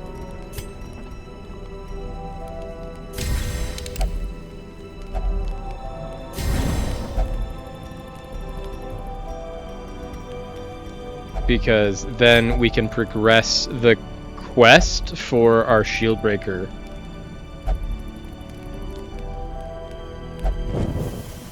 As the light gains purchase, We didn't get one though. spirits are lifted, and purpose is made clear.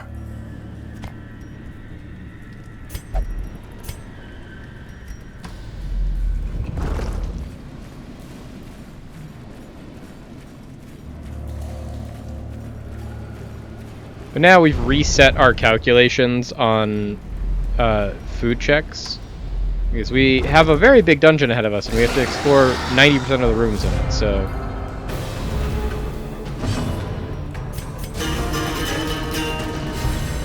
A time to perform beyond one's limits.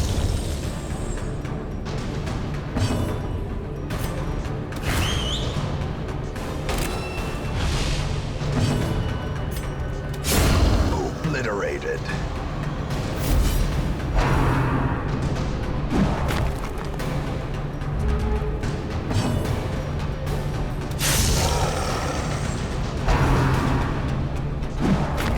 Nice. There we go. We're getting some big dodges here, which I'm really happy with.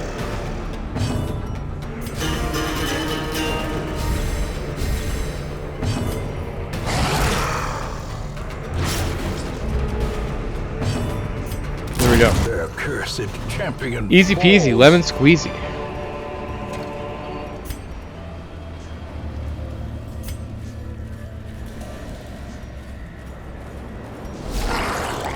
Okay. Ukas. This is our second time we've ever had to fight an Uka. They have high prot. They inflict a lot of bleed.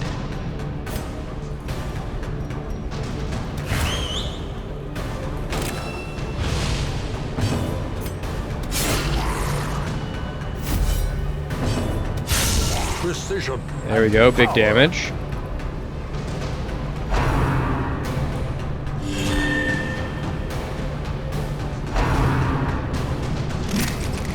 Nice dodge.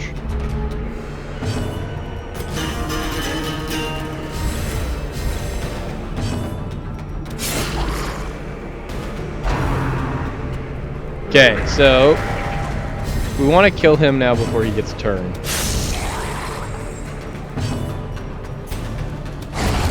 Perfect, because that was the second attack that the stress dealer here did is an attack that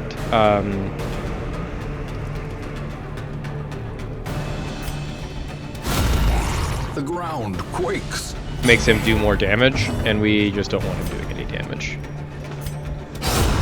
There we go. Surges as the enemy crumbles.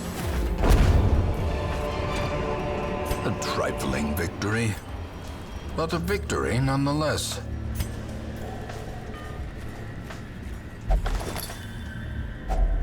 Glittering gold, trinkets and baubles, paid for in blood. Nothing there.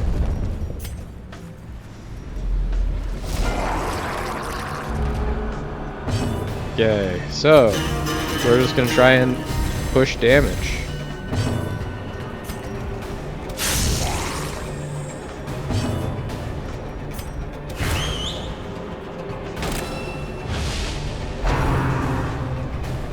First stress damage of the dungeon. We have 2 stress healers though, so like we can deal with stress so much better than we can deal with like anything else. Don't love the immediate damage A increase. singular strike.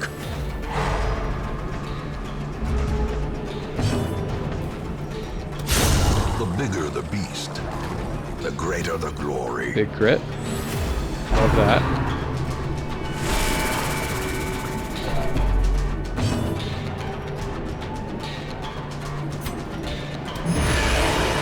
Finale.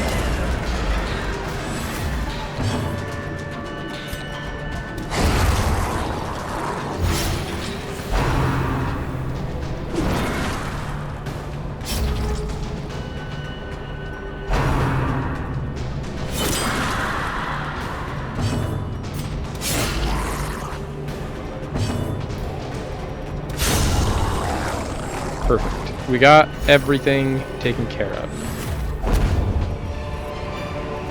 Seize this momentum. Push on to the task's end.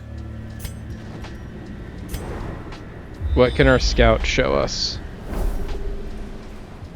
Yikes. Let's reset this. Ship's figurehead. What do you do, ship's figurehead? Ship's figurehead does either a stress heal or a damage buff. Well,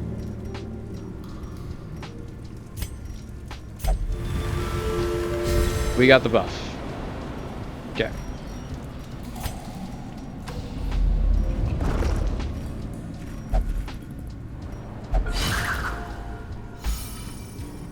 Disarm things.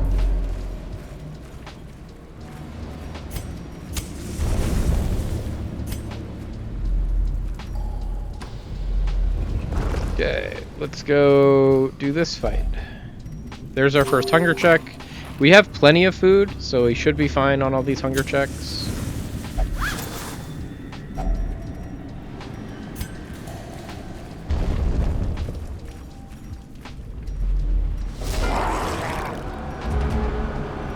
Gross. This is a gross fight. The Uka fight is fine. It's the fact that it's Uka plus Widemouth.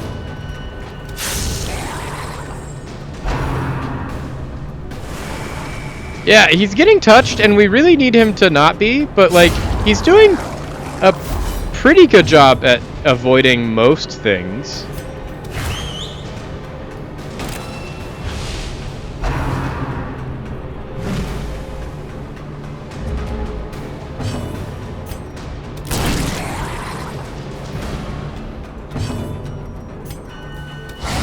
Well struck.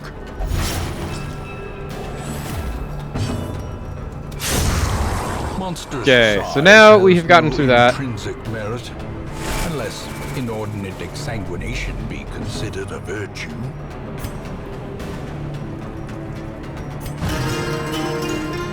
Just stress heal, I guess.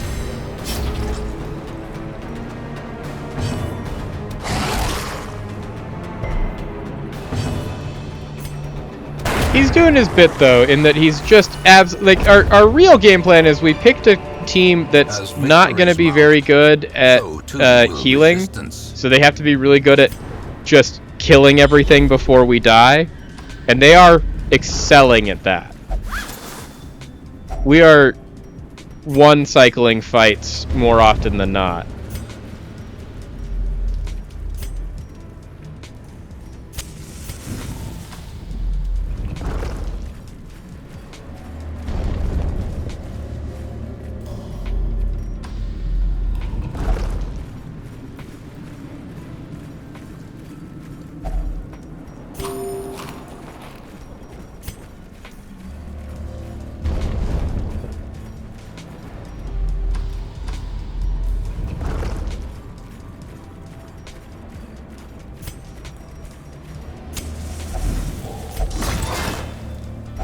A Okay. fortune. Yeah, we have had a lot of bad luck with Highwaymen. I'm not going to fight you on that one. Our Highwaymen luck has been very, honestly, horrendous. Which is really bad, since Highwaymen are, like, the best class in this game. It's either them or it's Men-at-Arms, but Highwaymen just have higher DPS than Men-at-Arms. Wealth beyond measure, awarded to the brave and the foolhardy alike.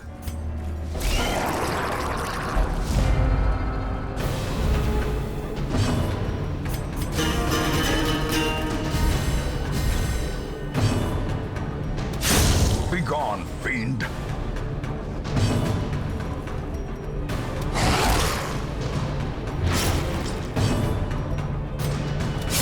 Yeah, we have killed all the things that can do any damage, so hopefully we will live. Yeah. The fact that this run has been typified by the death of our Highwayman throughout the entirety of it, but also specifically one Highwayman dying twice. I don't have the highest of hopes for our current Highwayman, but I'd really like him to not die.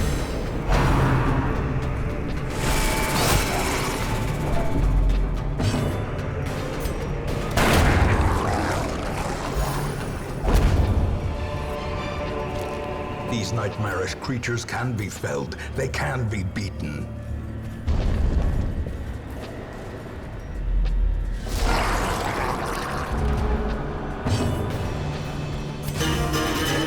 Okay, this is actually not that bad of a fight. It's a hard stress fight, but we have like the ultimate stress heal team comp.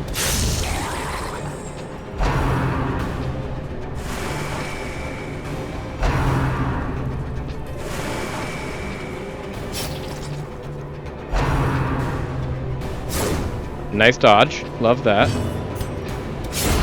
And then enough to kill that for Widemouth. It's like the only real hard part about these kinds of fights is these Widemouth. Like Widemouth, for being a like beginning of the game enemy. And of course the enemies in this game scale with you as you get more and more into the gameplay.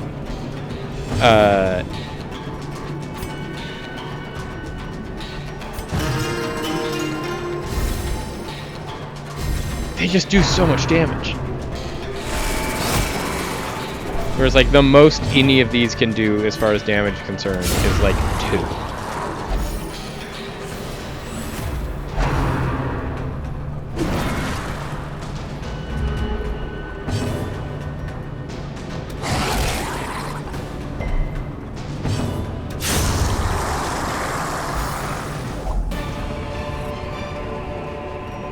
Remind yourself that overconfidence is a slow and insidious killer. Journal of Darius, Highwayman 4-6. Day 7. We tangled some unruly louts. Raven called them cultists. They were ferocious, but clumsy.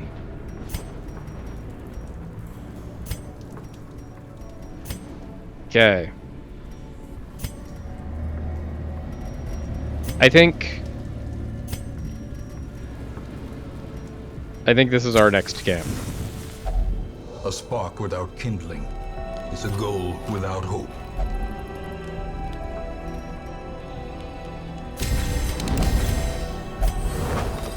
Once again, we're gonna try and get the shield breaker fight.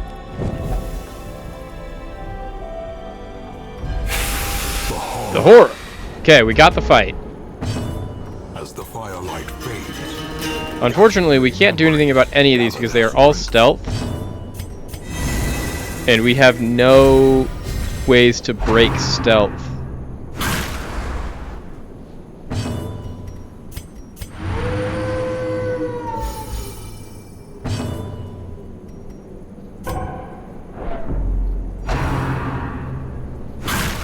Nice dodge. Good block. Okay. We don't have any way to deal with blights. So, bit of a problem there.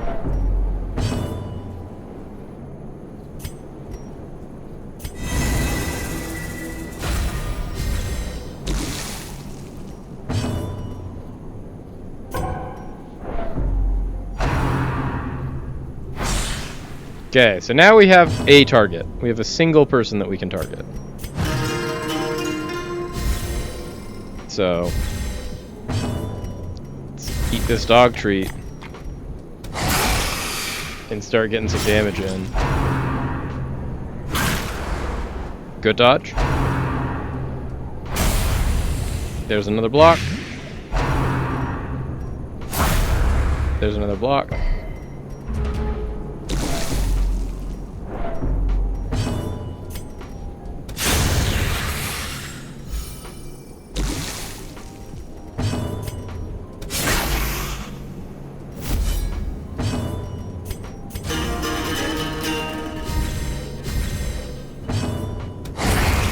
There we go. Perfect, perfect, perfect. There you go. Huge crit. Massive crit. That's what we're trying to do here.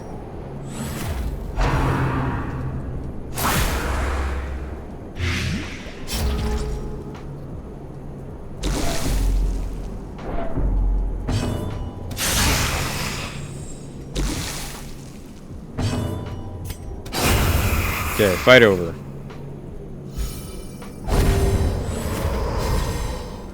As the wagon careens along the mountain road, I make my choice. I will not go to the Vizier. I will not be this man's prize, his plaything. With practiced grace, I slip my bonds and lunge for the open air. The wagon teeters and the guard shouts. Wheels lift. Horses panic. That was the 4 out of 7. We got the Fanged Spear tip. The Shieldbreaker only does extra damage versus marked.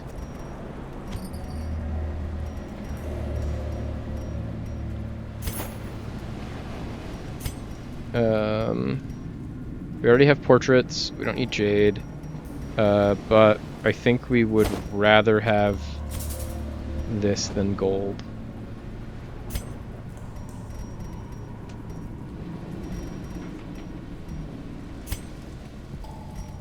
So we're gonna have a little bit of a rough time there, but we should be okay. We won't 100% die.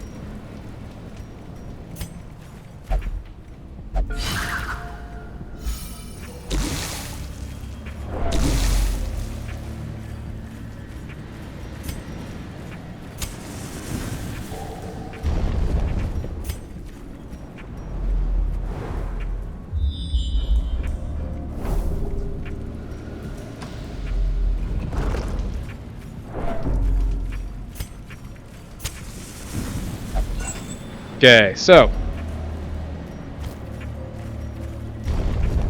we have a very, very injured shield breaker currently, and we are going to need to fix that at some point, but we also can't use any of our food for healing since we need our food to not die.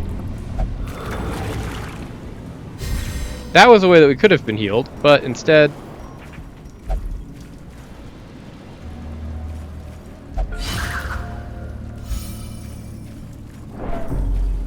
we don't get to do that.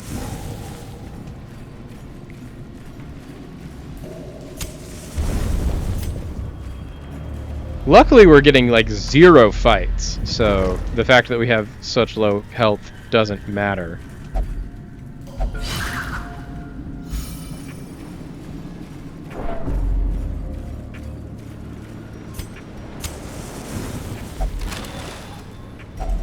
Packs laden with loot are often low on supplies. Big Scout. I will also take secret doors. Secret doors always welcome.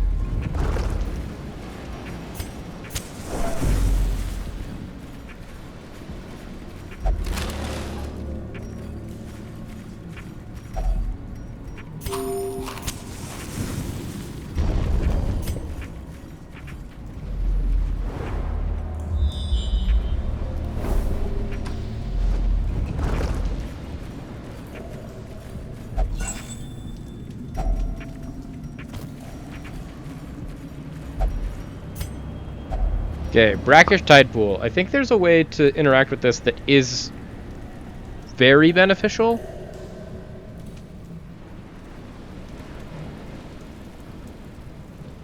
If we had anti-venom, it would be, but we didn't bring any anti-venom with us. We have a random disease. We're bulimic. So we heal less when we are camping. Which, at least we don't even we're camping, so, but it does mean that we have to now get rid of that.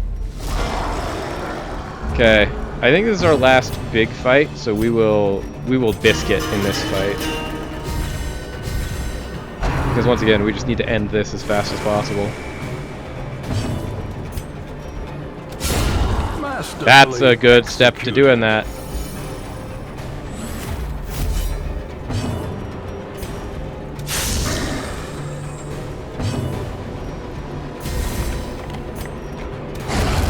There we go, there we go. Cool. So now all we have is this guy, and he's going to be protecting this person, but like we can deal with that once they are targetable.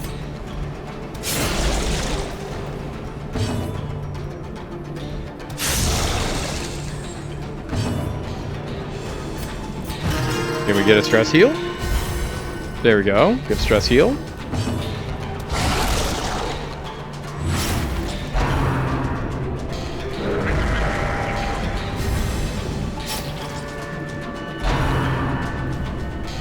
Big dodge. No damage, but we'll take it.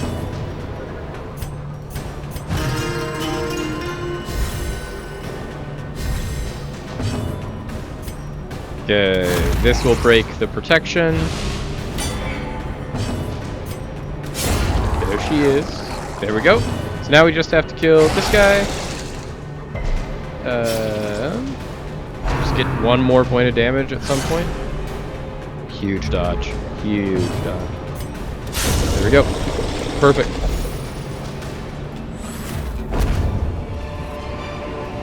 Be wary. Triumphant pride precipitates a dizzying fall. Finding the stuff is only the first test. Now it must be carried home.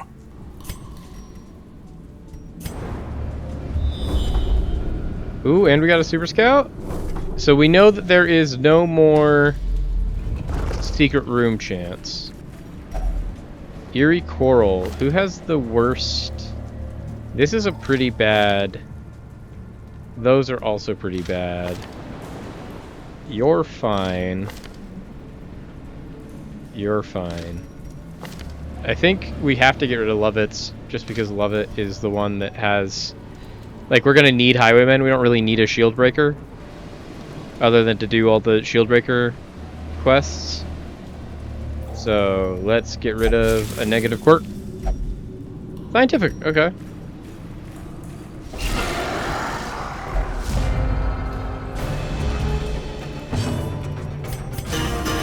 There we go. A brilliant confluence of skill and purpose. Good. Got rid of that.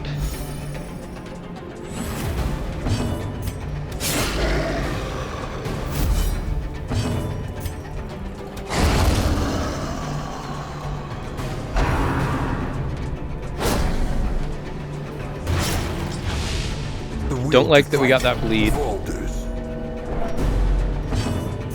Luckily we can cure bleeds. We did bring our bleed curing devices.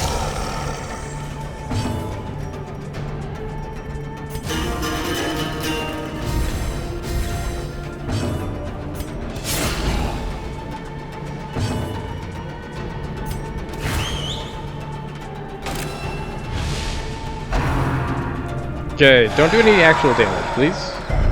Perfect. Perfect. We can deal with stress damage. Stress damage? Take that every day of the week.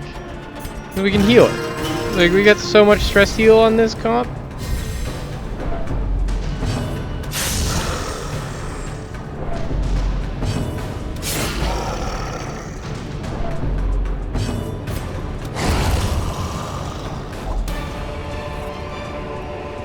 Success so clearly in view. Or is it merely a trick of the light?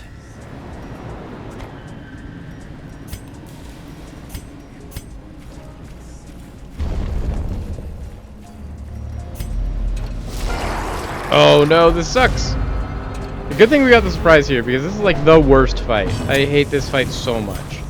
Please, there we go. Perfect.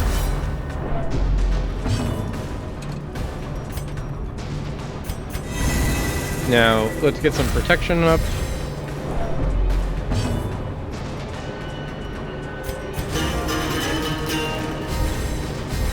We've had bad luck with shield breakers too, and this shield breaker looks like they're desperately trying to not be alive anymore.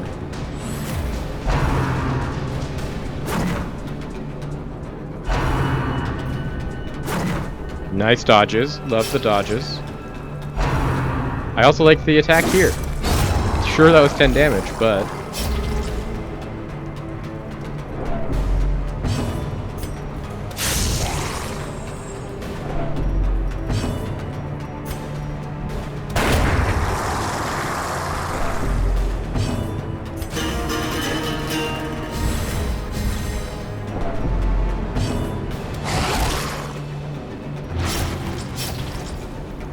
So Spear Vision can only hit these back two, and seeing as they have not been touched, we kind of want that.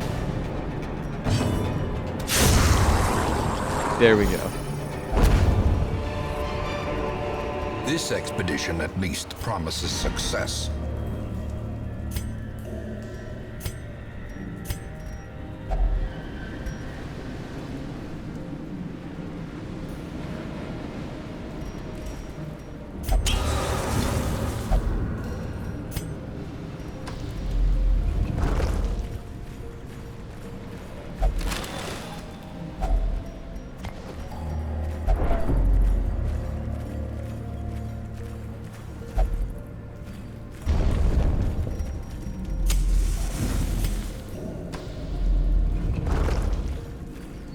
I think we'll just actually take this fight too. Like, I think we're in a position where we can just do that and be fine.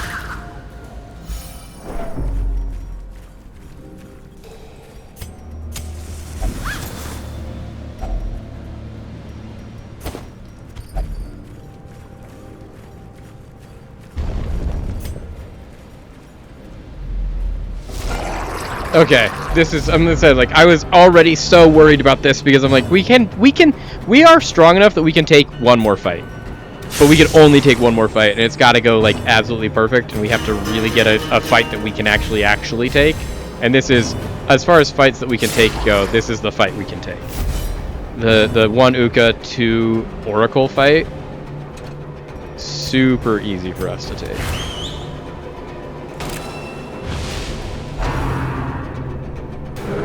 So, Call of the Deep does mean that they're going to have the damage buff.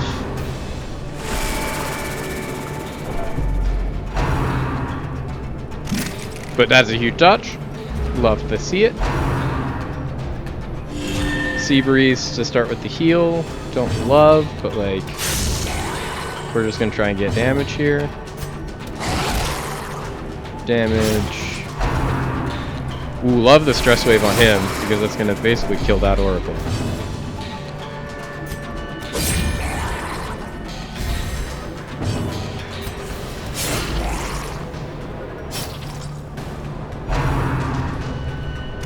Nice dodge. Big dodge. Loved that.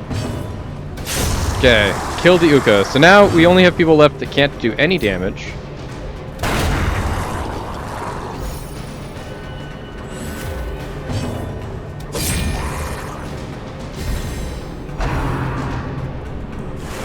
Nice dodge. There we go. We finished. We got the fight.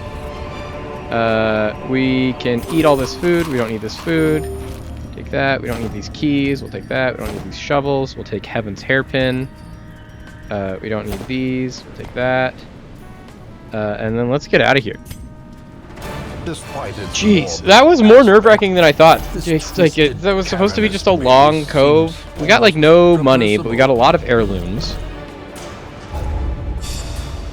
Everyone got a disease. Love it. Contracted spotted fever. Viewpont. Now has Eagle Eye. That's actually pretty good. Hard Noggin is not one that we wanted him to replace with. And then tetanus. Well, more people that have to go get diseases removed. Women and men, soldiers and outlaws. We have way more fools recruits than and usual. corpses. All will find their way to us now that the road is clear. We have some level 2 recruits and some good classes, but none that we care about. Okay, so let's get some diseases.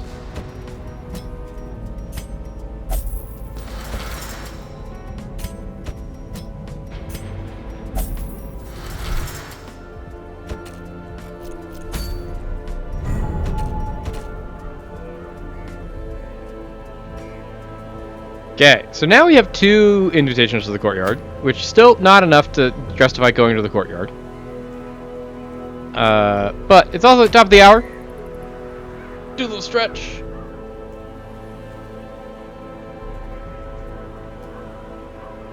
Ooh, spiked collar. Do we already have a spiked collar?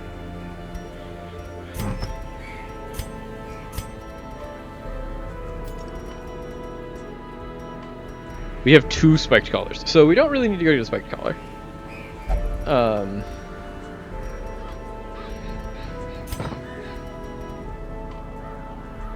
Okay, so really the only things that we've got going are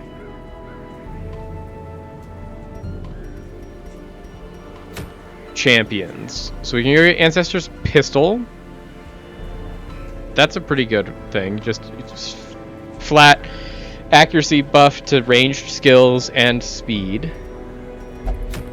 We can go get Eternity's Collar, which is a good flagellant item. Go get a focus ring. We already have a focus ring. We have 3 focus rings. Candle of Life. Rat Carcass. Or we can go get another Hero's Ring. We already have enough Hero's Rings, I think, though. From the Hag Witch. Or Holy Orders. Holy Orders is very good, and I don't think we have it. So we might have to go fight another champion boss. So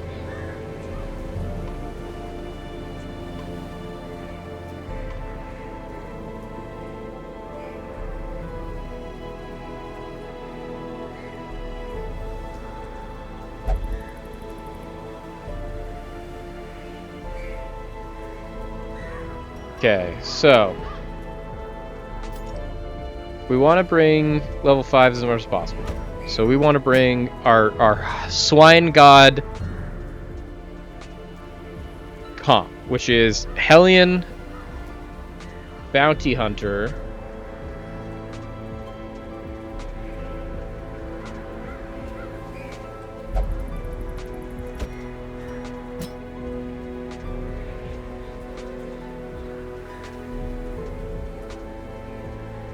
Occultist.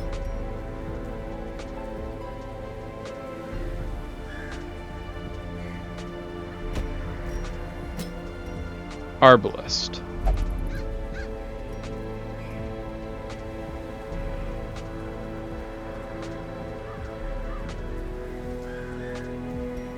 So, if it bleeds, Wicked Hack.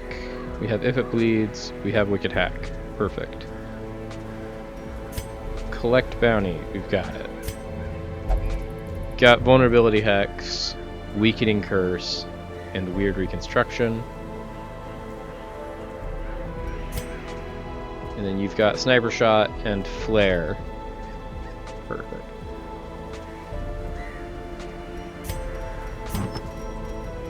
Okay, so did we did pick up the Heaven's Hairpin, right? There we go. Heaven's Hairpin, one of the best Hellion items. Just take way less stress, have way higher accuracy. We love it. Warrior of Light, we need to lock in.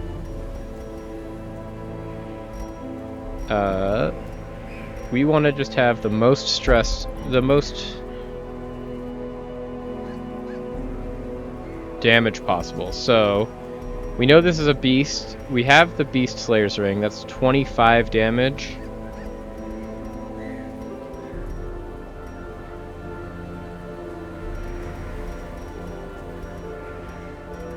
So let's do that. You can also have Beast Slayer's Ring.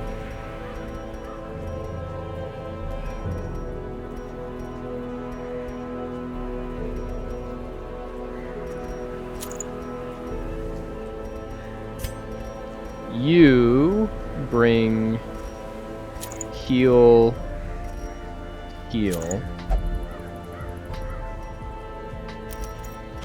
or just do heal stress. And you can bring Bedtime Story.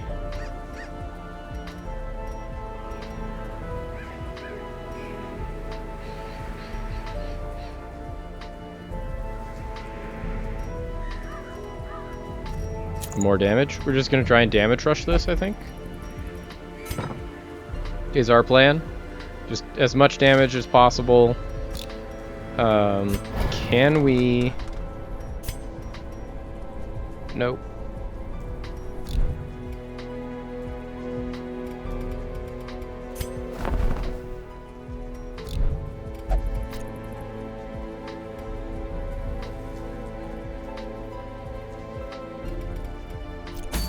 Okay. We are gonna go try and fight the Swine God, chat. We've fought every other iteration of this. This is essentially, if we remember correctly, the boss that has the big guy that does a whole bunch of damage, and then the little guy that marks a whole bunch of people. And our rotation that we're trying to do is we need our Arbalist to clear the mark. And then we want to kill the big guy and then kill the little guy. Because if we kill the little guy first, the big guy does even more damage. Okay, so medium Warrens.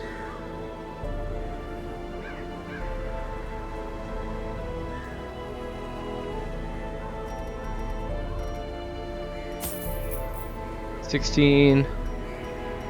16. 2 keys.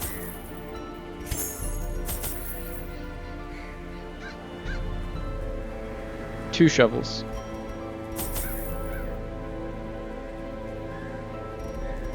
Three holy water.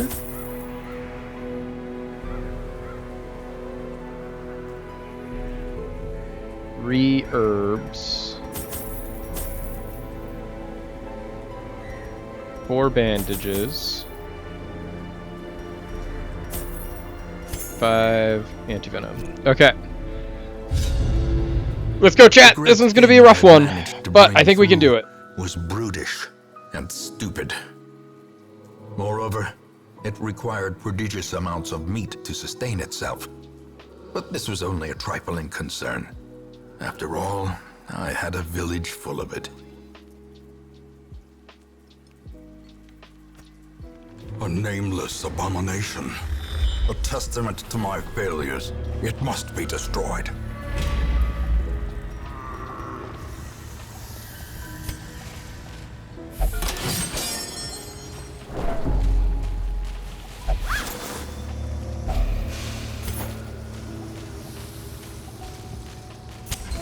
The way is lit. The path is clear. We require only the strength to follow it.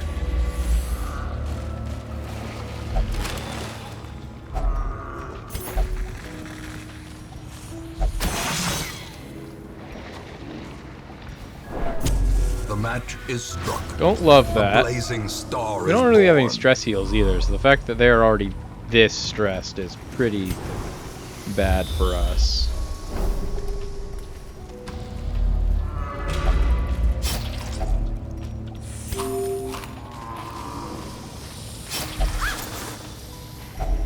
Packs laden with loot are often low on supplies.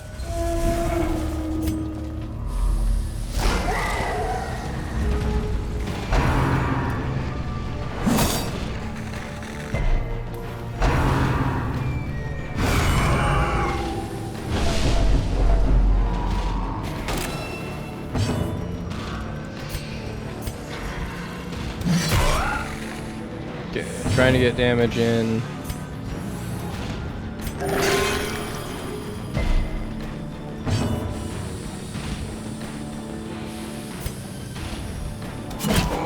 Oh, you? I don't actually want to deal with the boar rush. As the light gains purchase, spirits are lifted, and That's purpose why. is made clear. I know it does a lot of damage.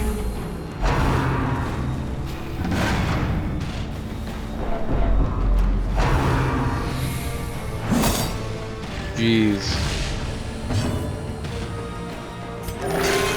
That doesn't help. Tornville, we need you to roll big numbers, not little numbers. A devastating blow.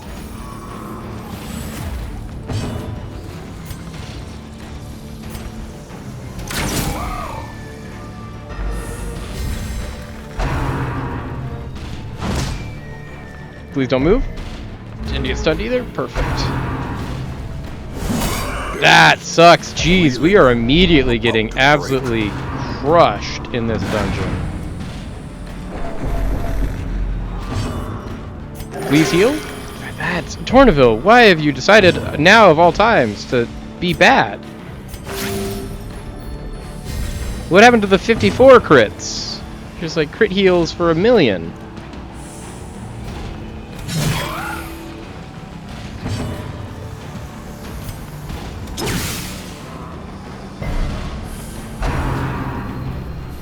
Don't love that. A hand's breadth from becoming unwound. This is no place Cool. for the weak or fool. So we're gonna have to run. We're gonna have to run, chat.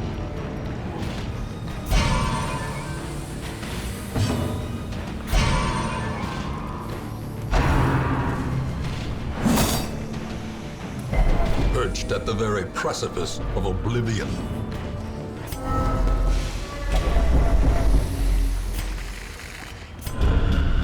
You will endure Jeez, this loss. that was And bad. learn from That it. was really bad.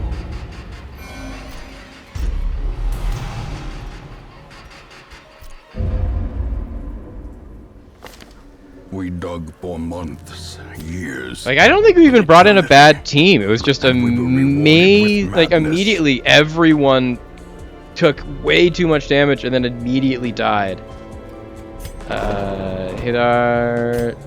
Hidar, will you only do one thing? Yeah, you will only go to the brothel. Thornville.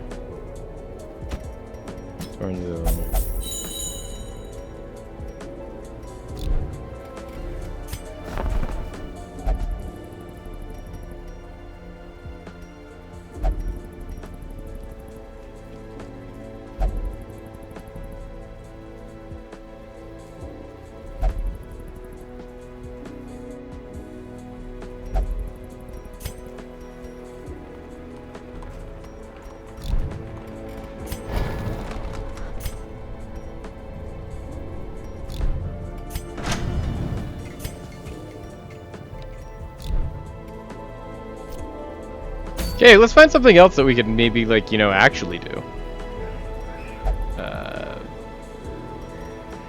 Yes, that went immediately sideways.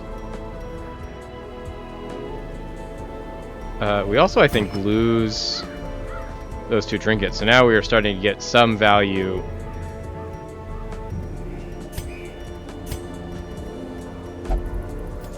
Yeah, so we lost the Arbalest trinket and we lost one of our heads. So now there's actual value to going and doing the Streaker fight at some point.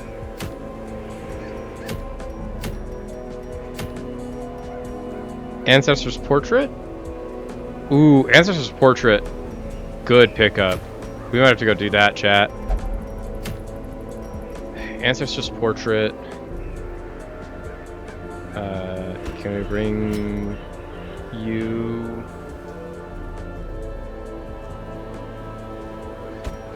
You.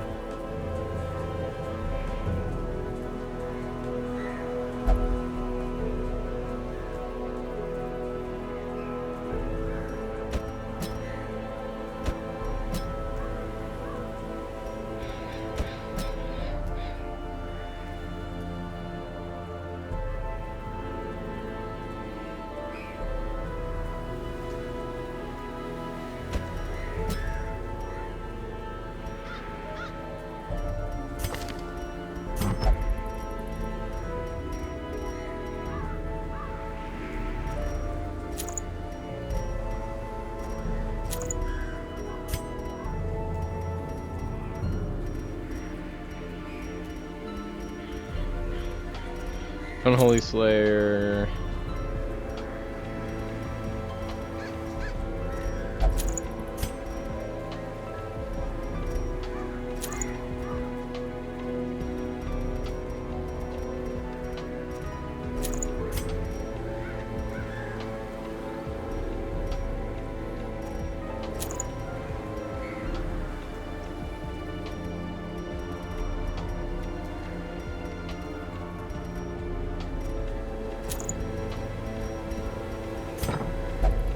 Okay, so this is going to be a long. Do we have anything that prevents ambush?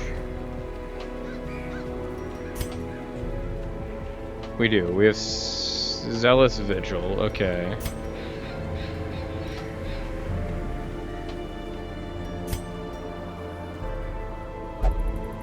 Tiger's Eye might be worth getting.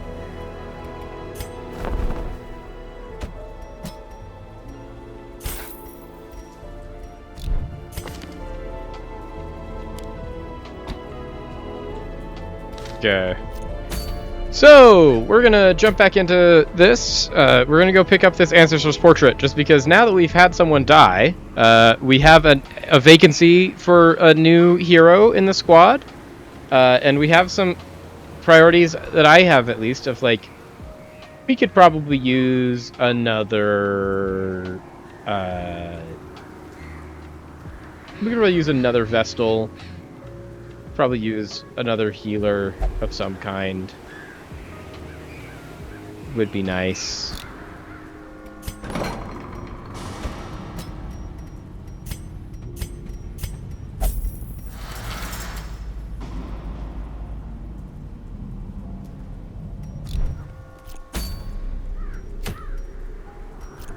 And we brought a team that hopefully will be able to do that. It's got some healing, it's got some stress healing, it's got some big damage. You know, we're taking a leper.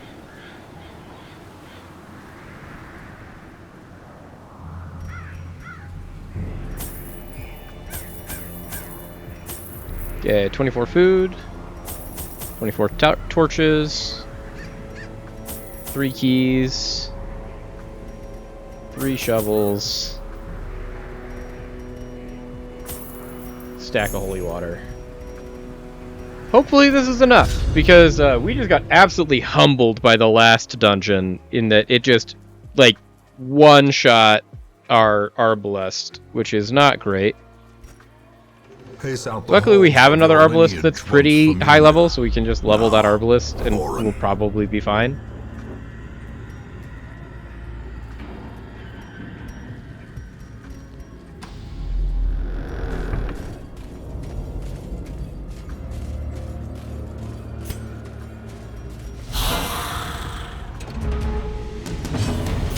Okay, The now we've match entered is into our first A bone blazing bearers. What star is is this guy born. doing? He's got this cool little thing going.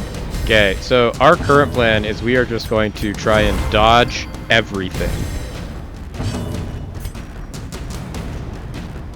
So he gives them plus 25% damage. Annihilated.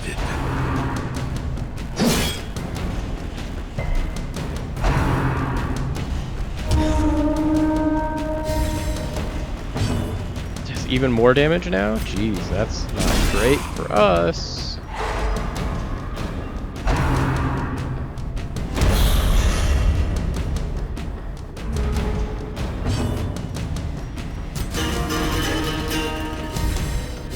The blood quickens.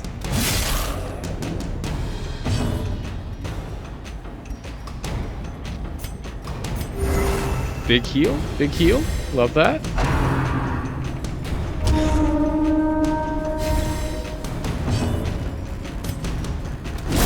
Obliterated.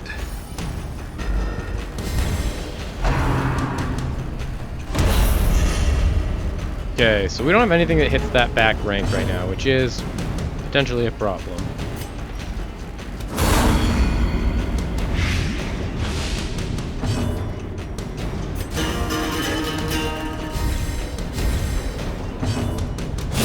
Eradicated.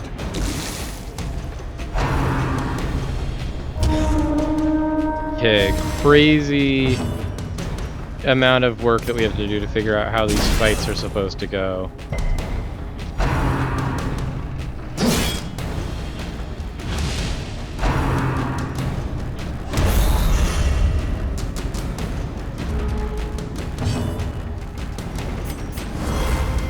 Up the dodge again. A time to perform beyond one's limits.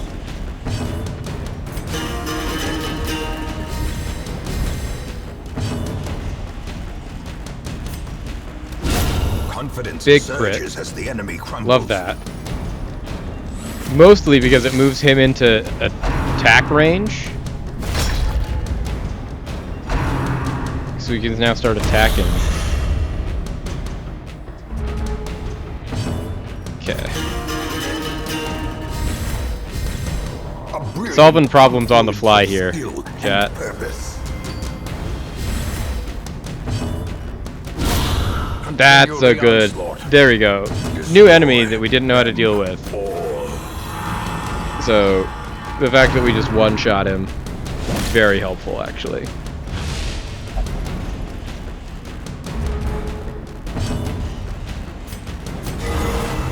Big heal.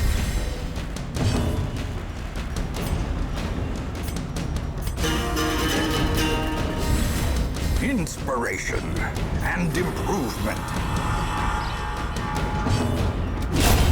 Decimated. Perfect. There we go.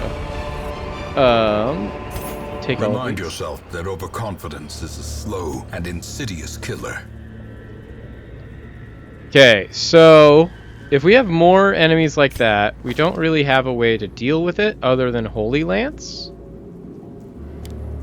And Holy Lance means that we actually need him to be here.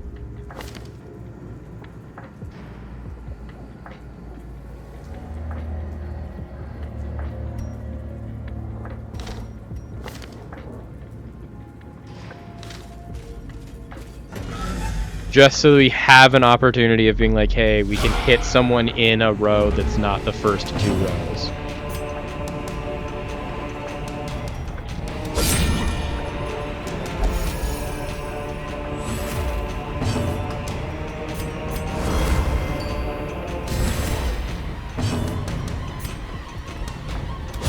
Destroyed.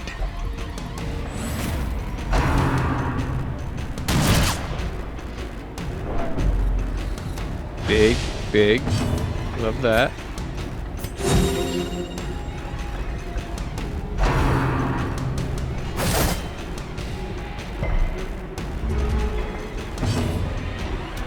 Press this advantage.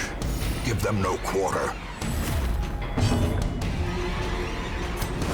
Just keep Getting the dodge up. Getting the dodge up. Getting the dodge up. We're just trying to not die.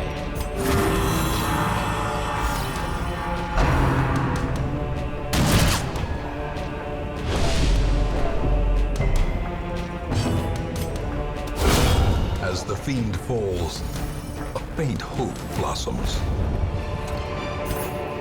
Success so clearly in view. Or is it merely a trick Okay. of the light? Okay, I don't hate that.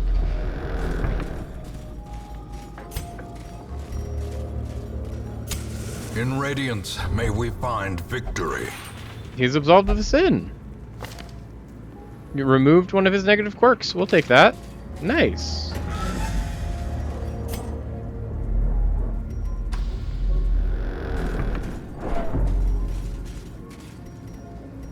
Who can disarm a trap?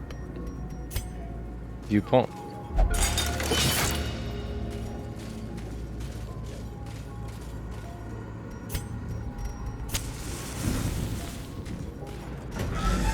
Okay, there we go. See, okay, so this is the entire reason that we're lined up the way that we are, as crazy as it is. We'll just pass with you, unfortunately.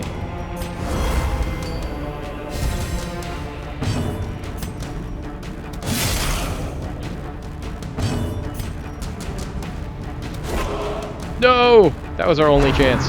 Okay, so things are immediately going bad.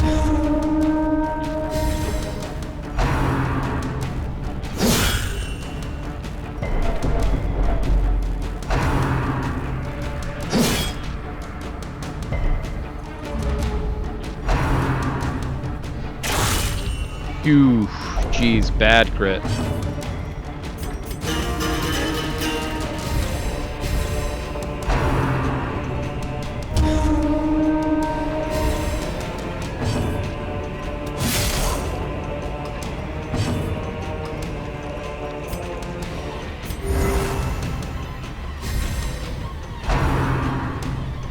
Okay, foul warding at least isn't them killing us, which is nice. Big dodge, huge dodge.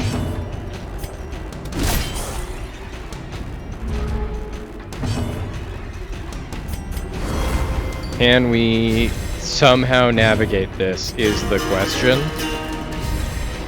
Because this is a really scary fight for us. Okay.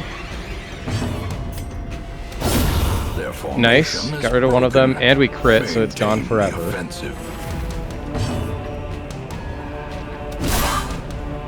There we go. We gotta kill this guy as fast as possible. Is the real secret that I'm coming to here. Perfect. There we go. Massive, massive, massive.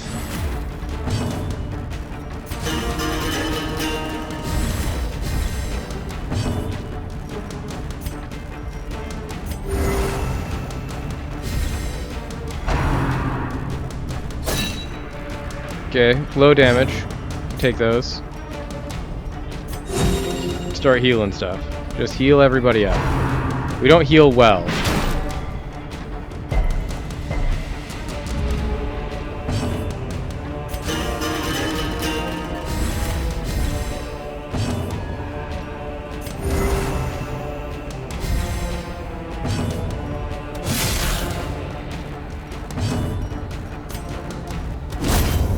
Okay, we have killed the thing that does the most damage.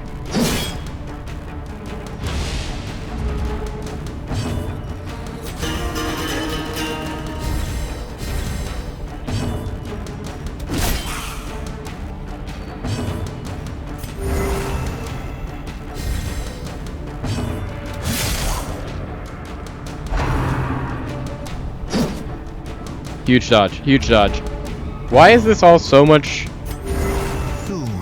harder than we were anticipating?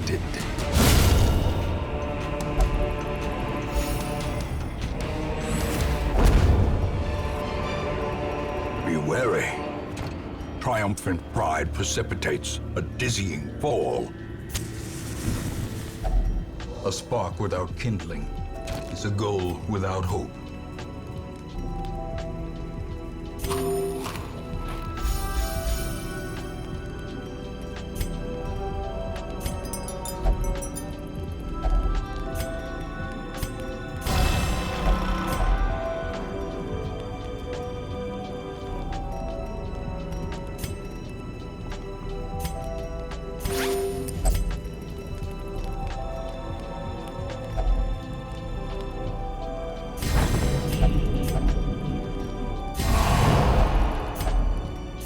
Okay, so that's kind of the best healing that we're gonna get. We've got healing from a whole bunch of other sources, like our Crusader and As the light gains purchase, our... spirits are lifted, and purpose is made clear. Okay, so... Suit of armor. We just take so much damage.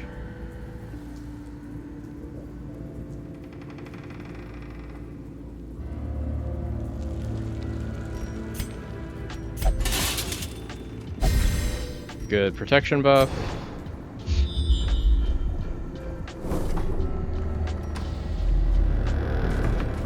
We just gotta get 90% of rooms. We can do 90% of rooms, right? Confession booth.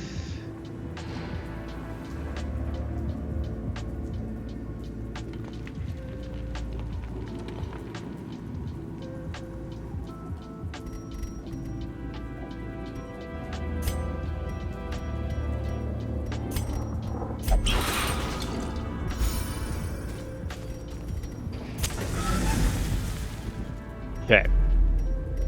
Can we shoot a scout? There we go. Perfect. Perfect, perfect, perfect, perfect. Ooh, and we are getting no more fights. Love that. Glittering gold, trinkets and baubles, paid for in blood. The way is lit. The path we go. is clear. We require only the strength Scout. to follow it. Oh, jeez. That's so many fights. So many fights. We got like 3 fights here. 4 fights here. The light, the promise of safety. Okay. This is actually, as far as the fights in this dungeon are concerned, easiest fight we've seen ever. This is just like, you just want me to fight some bloodsuckers? I got that. I got that on lock. It's not one of those weird skeletons that's buffing everyone. Perfect.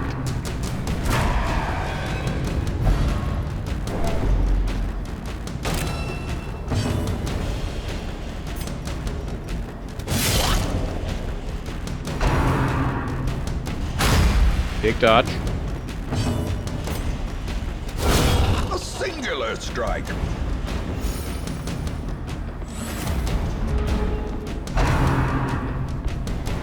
Big dodge.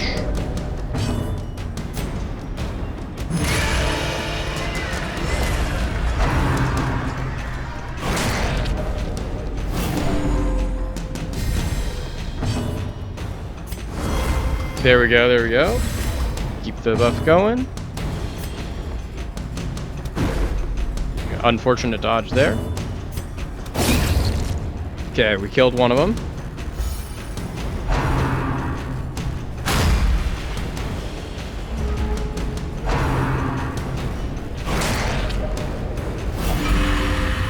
Okay, well, we'll have to deal with that when we can.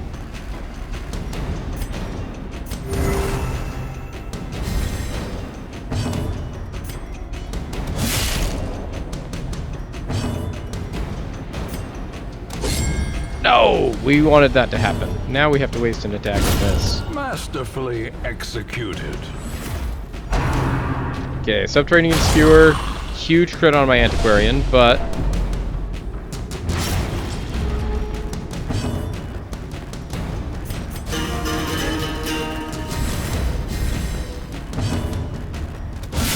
Precision. 25 on that and crit. power. As life ebbs, terrible vistas. We of don't have emptiness bandages, reveal so we just have to heal ourselves. Try and push through this. There we go. Ground Huge crit. quakes. A trifling victory, but a victory nonetheless.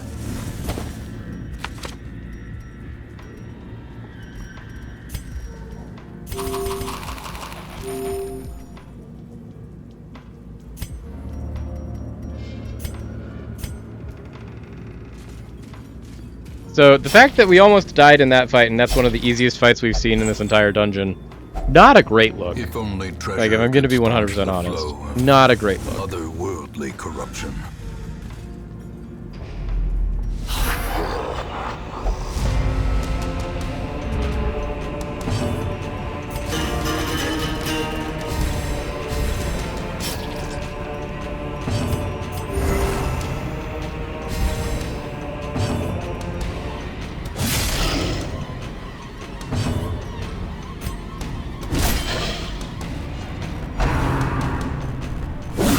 Such a terrible assault. Wild that cannot be crits left can do that much unanswered. damage. Huge dodge. Huge dodge.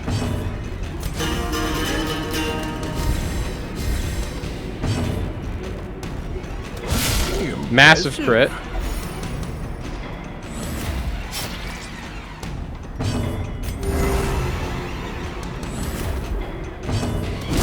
There we go, Cursed okay. Champion falls. So there's still this spear guy who does crazy damage, but, you know, that actually is really nice for us. Since we can Holy Lance him now. Heal ourselves up a little bit. Didn't dodge, Perched so that's at the not very great. Precipice of oblivion. Oh, but it's our turn so we can heal ourselves. Perfect. Holy Lance. A There we go. devastating blow.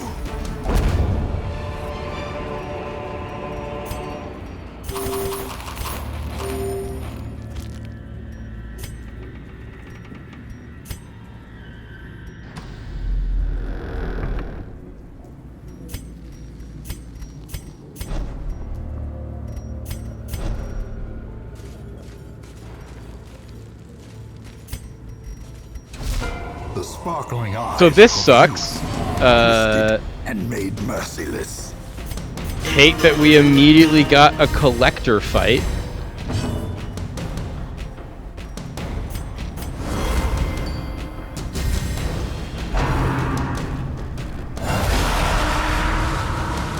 So where this all falls apart is that he cannot... We once again can only deal damage to the one row, and it's the row that's directly in front of us.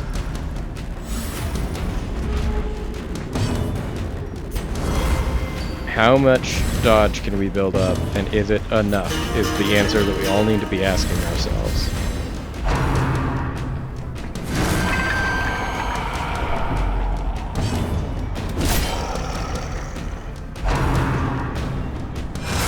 That's bad.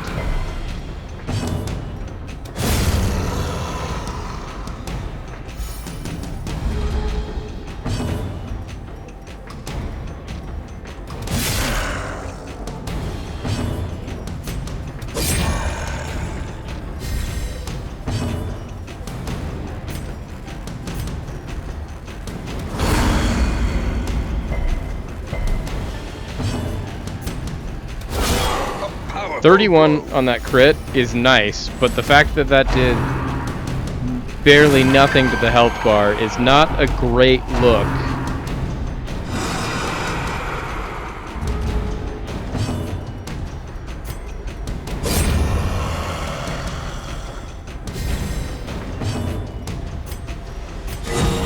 Huge heal, massive crit. That's honestly huge. So good.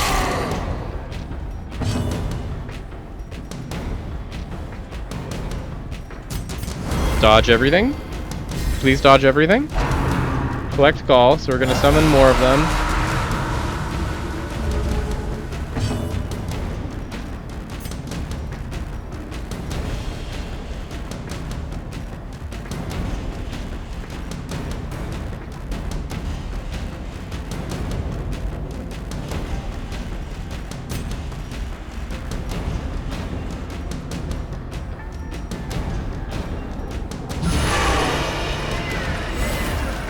Big damage on the finale. Don't love that. And now the true test. So our Antiquarian is probably dead. Or expire.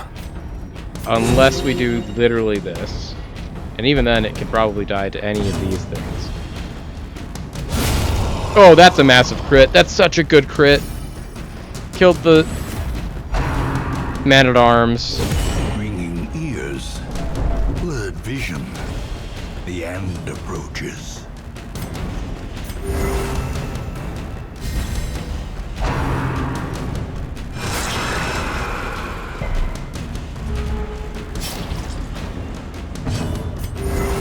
And we keep ourselves ahead of the damage curve on this, please.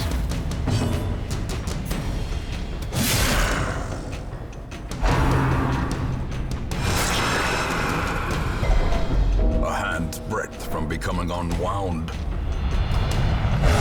Courageous is great. We love Courageous.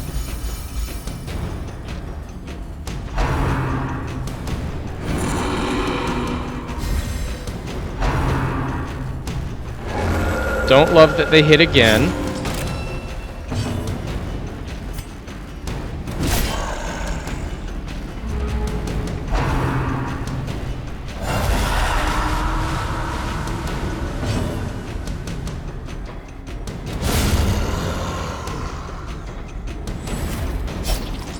Teetering on the brink, facing the abyss.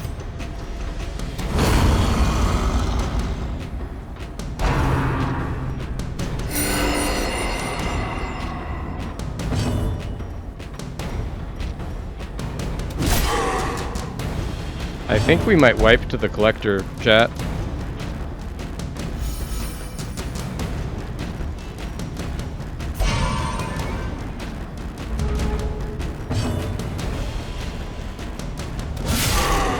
Big crit.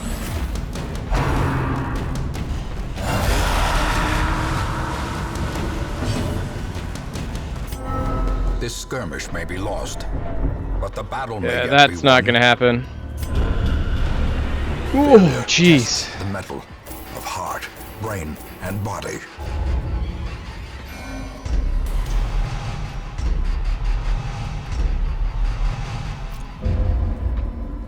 Okay. The plume. And So, the pistol. What we are learning is fitting that end to my folly. even with level And a 5 curse upon characters, us all. some of these might be impossible.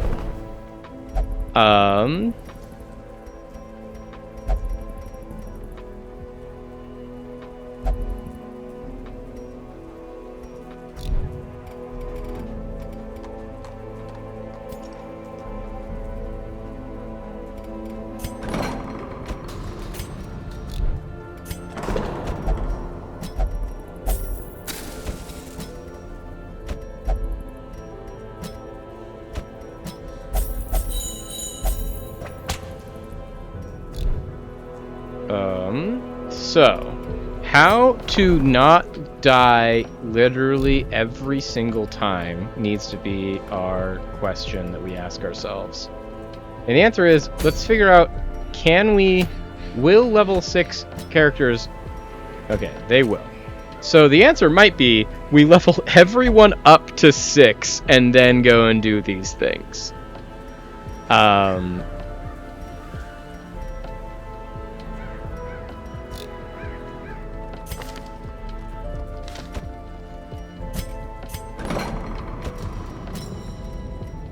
We would like to make it so you constantly have Warrior of Light. And I'd love it if you didn't have Scientific.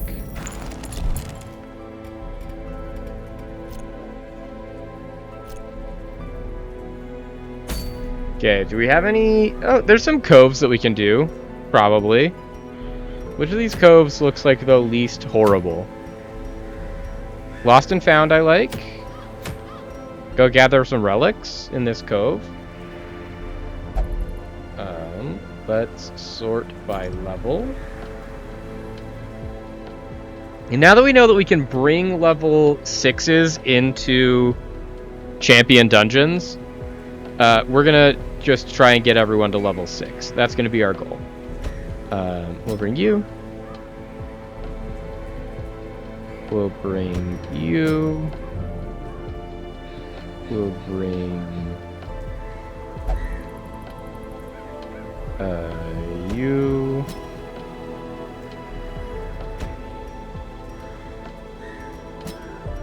Let's bring you. This is gonna be our team.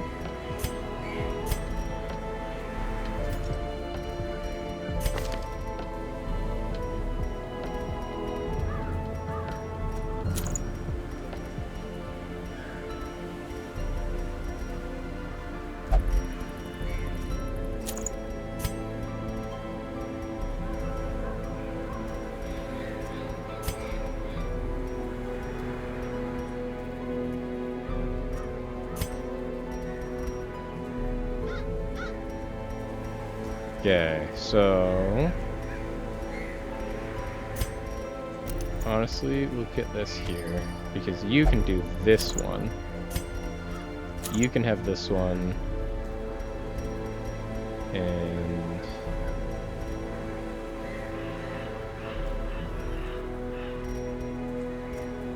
this.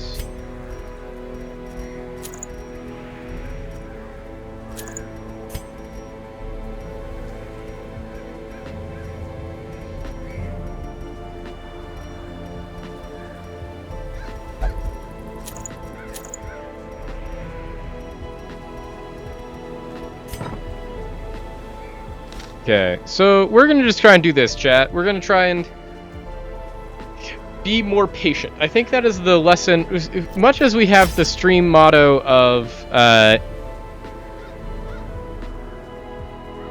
incredible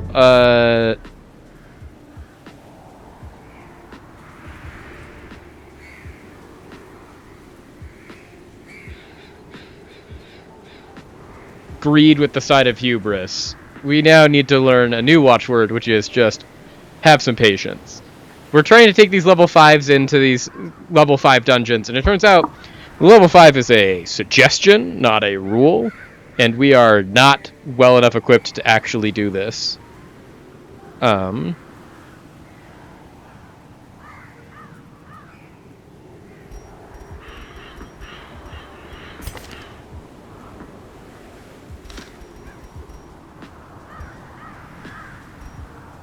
Food. We are going into a medium, so we want 18 food.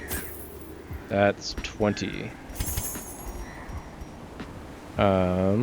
We want 14 torches. We want 3 keys. We want 3 shovels. We want 1 holy water. 2 herbs. 4 bandages. Let's go. So do things that we can do.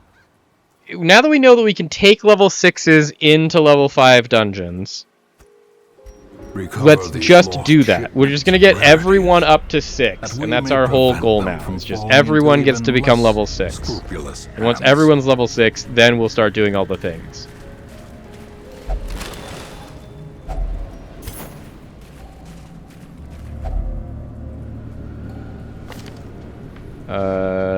You don't have anything that we care about. You, we want to get some stuff off of. You, we would like to get some stuff off of, but we don't need to. Honestly, the bad healer on you would be the best thing to get rid of. Weak grip is fine. The light, the promise of safety.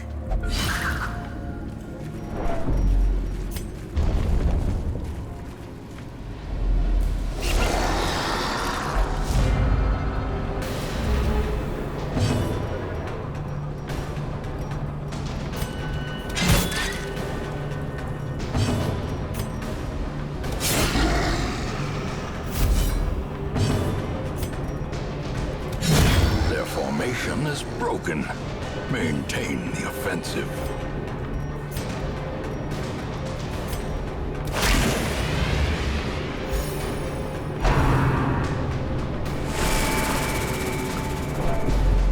Okay.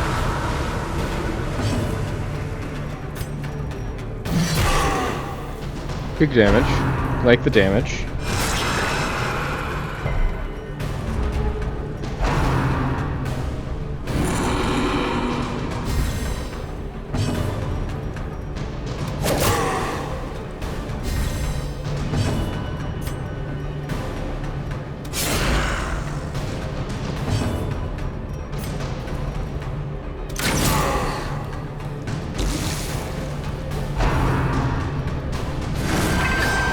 No, we needed that to hit.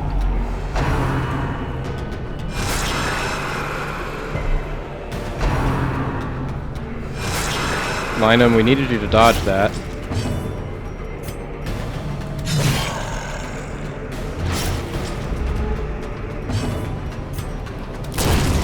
Obliterated.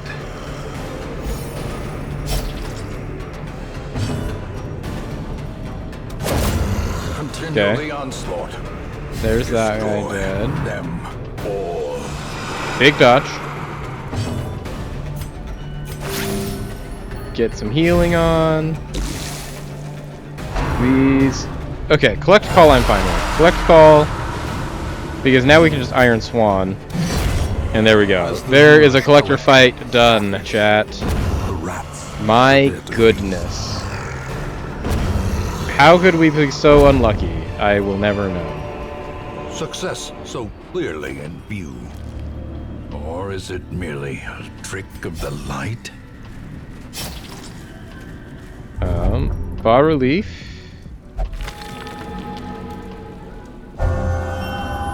Eagle Eye. Nice. We like higher crit rate on our ranged skills.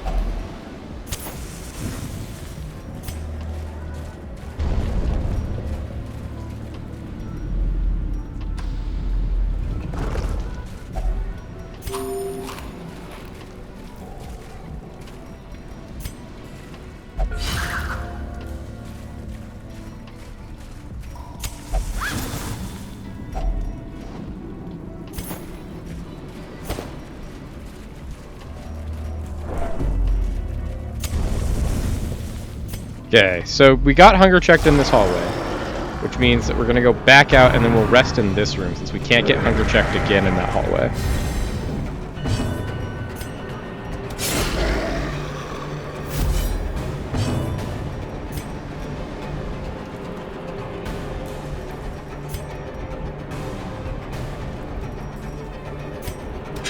Confidence surges as the enemy crumbles. Kill the guy that can explode so it doesn't explode. Big dodge on Ashwin. We're going to just keep having Arbalest heals is I think our main goal here.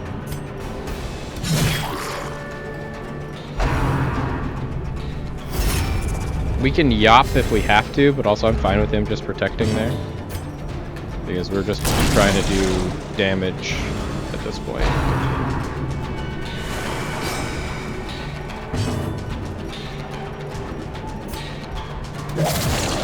Can we get a blight? There we go. There we go. We'll take the damage for the kill. Some heals.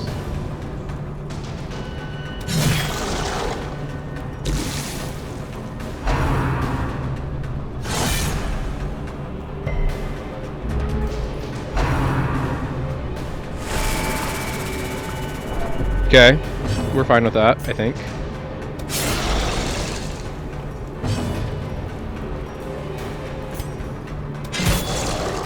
Big damage to the bulwark. Crit. There we go.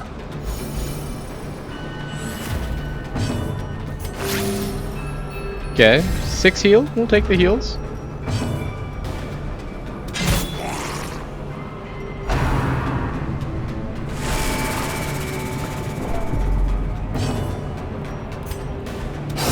There we go.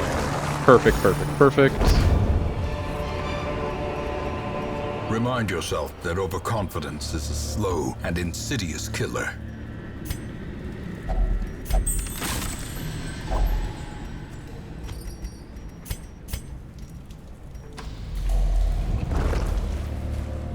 Okay, if we can get back to this room without hunger checking, that would be ideal.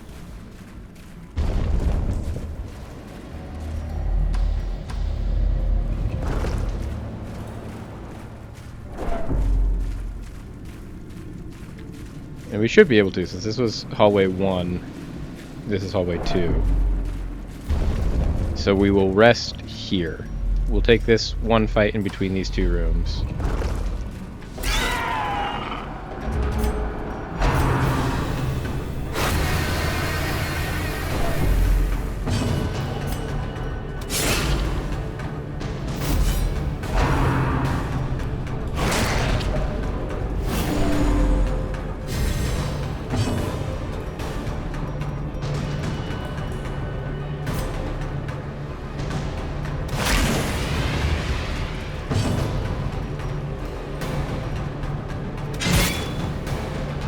Unfortunate that we couldn't get the kill there.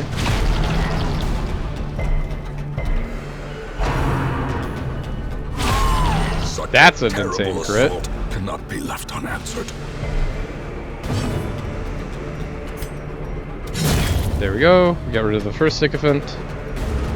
That's nice. Huge crit. Love that. Executed.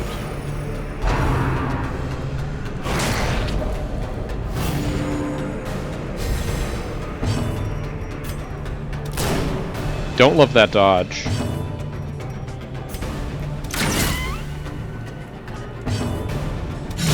There we go. Okay, so now we've just got these two supplicants here that we gotta deal with.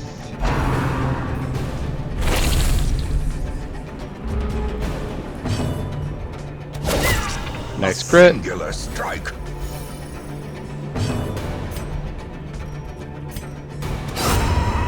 There we go. Heal you up again, Linum, because you are never healthy.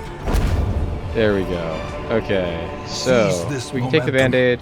Push on to the task. We can't take the crest.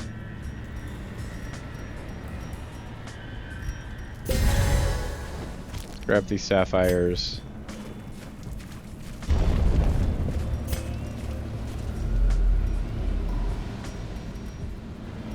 Okay. We're gonna rest here, chat. Circle in the dark. The battle may yet be won.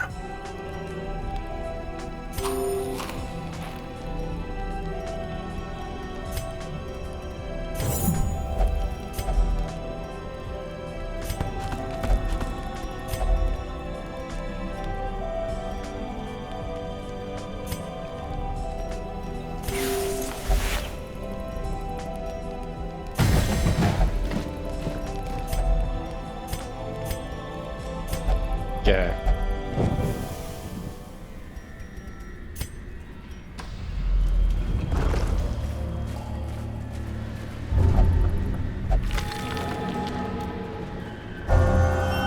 Got Warren's Explorer? What did that swatch out for? The same thing. Okay. Well.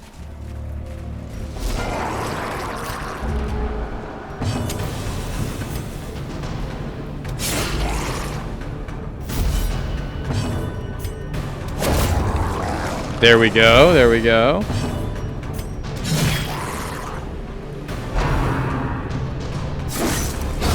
A decisive pummeling. Big dodge. Love the dodge. Love the dodge. Get the heal here. Arbalest is safe. Arbalest can't take any more damage this fight. The ground quakes. Love the thing there. Sick. This expedition at least promises success. Now we have to do this fight. Oh, this isn't that bad of a fight. Okay. I can do this fight.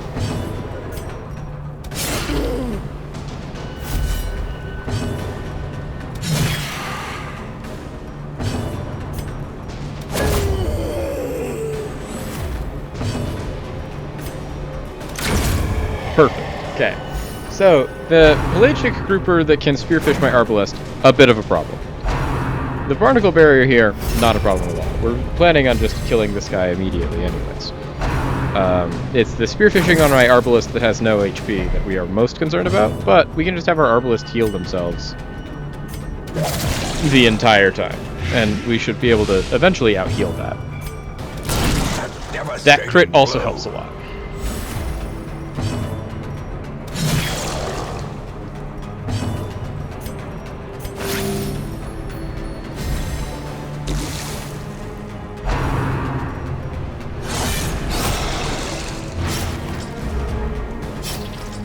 Okay, we have so many bandages. Let's get rid of this bleed.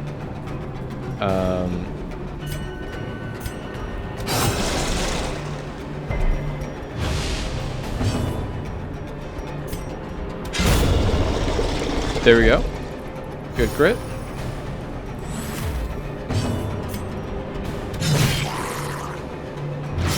And now, there we go. Perfect. Got rid of that. Unforeseen, unforgiving.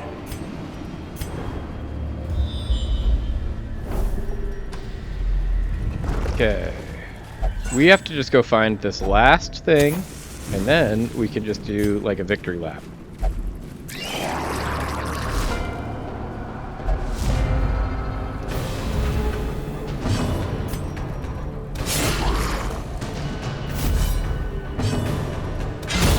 Back to the pit.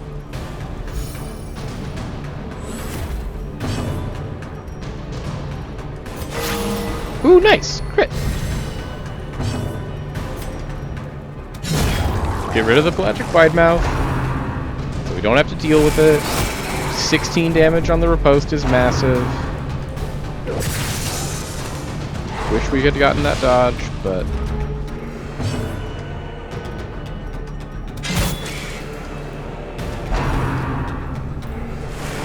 Okay, we can dodge that. There we go. There's that one down. Perfect. There we go. A trifling victory, but a victory nonetheless. Now, let us see what we can do. Nice, big scout. And there's our last quest location. Perfect. And it frees up Another this mariner, shovel space, so we have room another in our inventory to misfortune. pick it up. Perfect. There's a hunger check. We honestly, I don't think we'll get hunger checked for the rest of this dungeon.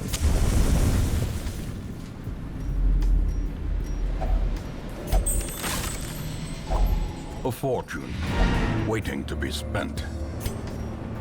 Oh, well, I didn't want to hit that, but we'll get out. We can get out now.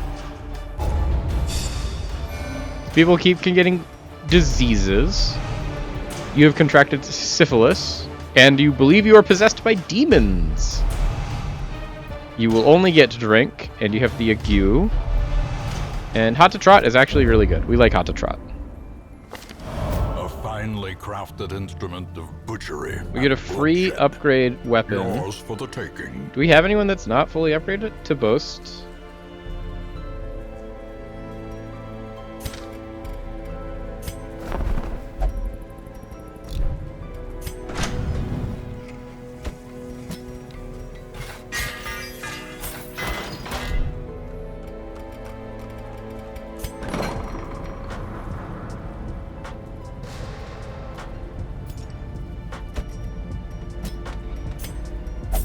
Get rid of syphilis. Let's get rid of the ague.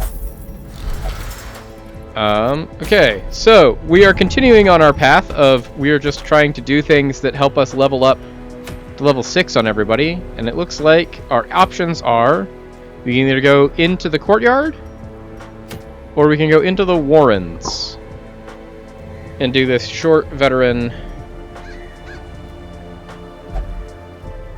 Who is the closest to being level up? Let's sort by level. Consul Cavalier, it looks like are pretty close to getting leveled up.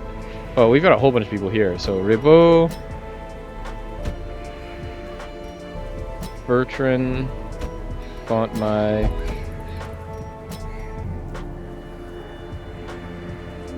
Let's do this. Get all these people up to level 5.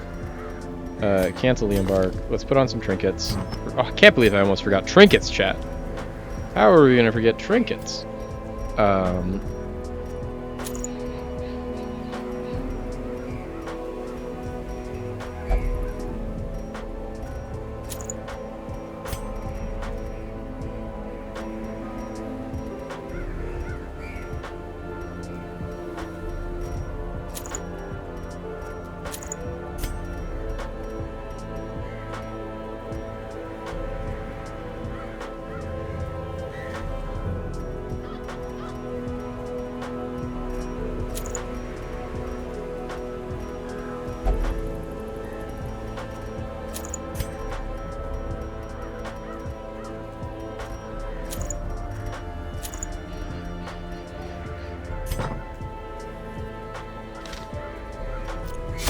Okay, we're just gonna run this in real quick. Short warrens. We are just taking the new approach of like, hey, we're gonna do short things. We actually don't, I think, want to level up all of our 4s yet, because if we can keep our 4s, we will keep getting these, and then we're gonna start doing runs where it's like, here's 3 level 5s and 1 level 4. Or even just, here's all level 5s to try and level up our 5s to go to level 6s. We are doing short, so we want 2 more food. We want 10 torches. We want 1 key. 1 shovel. 2 holy water. 2 herbs. 2 bandages, 3 venoms.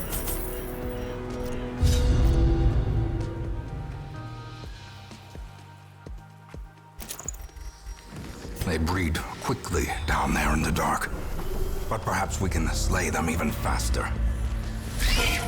We probably should have brought blood. The fact that we didn't bring any blood is gonna maybe be an issue, but Another abomination. we'll just speedrun this. Cleansed from So the highest level possible is 6. And the big thing that we learned this stream is that we can take level 6 champions into level 5 dungeons. And since we can do that, there's no... Since we keep trying to do all of these really high level dungeons, because it's all we have left, and we keep almost dying every single time, Seize this momentum. so Push on to the if we tasks. don't have a punishment for not bringing in highest level characters, why don't we just make it so everyone on our team is as highest level as possible, and then bring them into all these dungeons so we have the best possible chance of success, instead of going into dungeons and having to run away because we're like, oh, we're gonna just die. If we do this dungeon, we will just lose the game. Inspiration and improvement. And so that's what we're doing. We already have some people that are level 6, which is nice. Blow. I think we're up to like 6 or 7 level 6 characters now.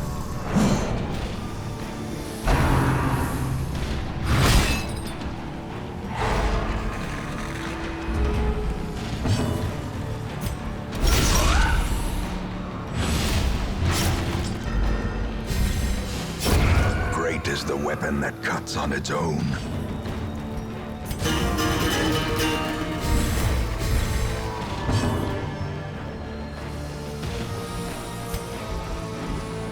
So now we've just entered the level where it's just like everything that we do, I'm terrified. And so to make it so we're as little terrified as possible, because I don't think that even if we get everyone to level 6, we're ever going to get to a point where we feel like we are actually ready for any fight. And I think the way that we get there is A faint hope blossoms. we just realize we never are going to. But if if everyone's level 6, we at least know that we have done everything in our power to try and get there in a good way. Continue the onslaught. Destroy them all.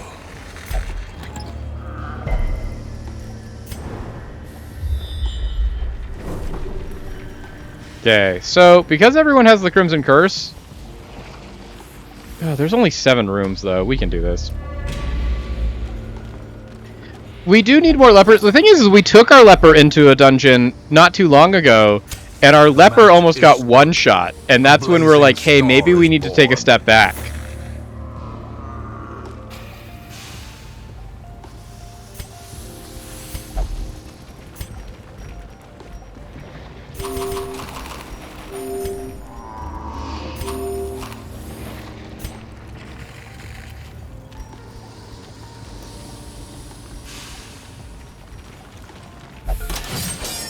Yeah, just needing more lepers would also be helpful. The thing is just like, right now, even our leper is as strong as... Since that was the thing, it's like when we brought our leper into that dungeon, our leper was doing damage on par with the enemies. So like our problem isn't damage.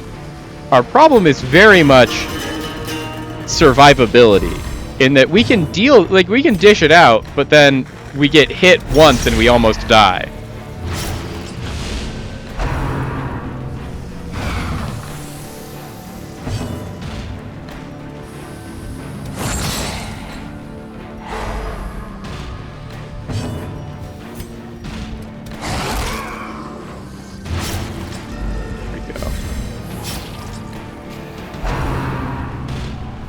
We need more trinkets. We need better trinkets. The real thing is what we need to do is we just need to stop trying to take fights under level, which is what we have been doing. If we're trying to take on level 5 fights at level 5 when we can be doing it at level 6, why wouldn't we do it at level 6? Masterfully executed. And then we need to finish upgrading some of the things in our As the enemy crumbles. Hamlet. So like if we can upgrade our ability to if we can upgrade our ability at the blacksmith so we can get to level 5 armaments, we should do that. Ooh, we really need to take that blood, but we don't have anything we want to get rid of for that blood.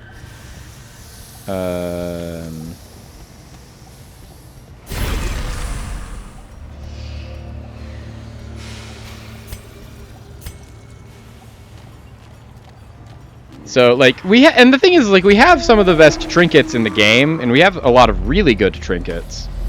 It's just we're entered the point of the game where it's like, hey, we can do it. It's just going to be difficult, and it also explains why it might have been so difficult to do the boss fight that we did last time. Like it's a good thing that we started with the weakest boss in the game, because if we had gone against like an actual boss like the ones we've tried to do today, we probably would have just died.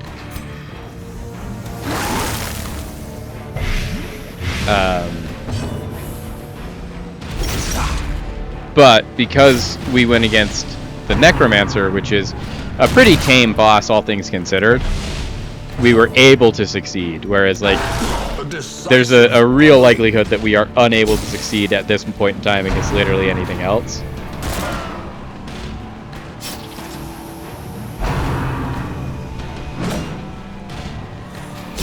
Slowly, gently. This is how a life is taken. Okay, can we...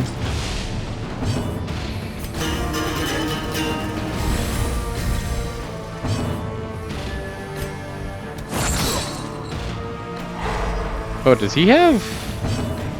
Does Famai has Twilight Dreamer, so he ignores stealth. Oh, that's actually really nice to know. Well struck.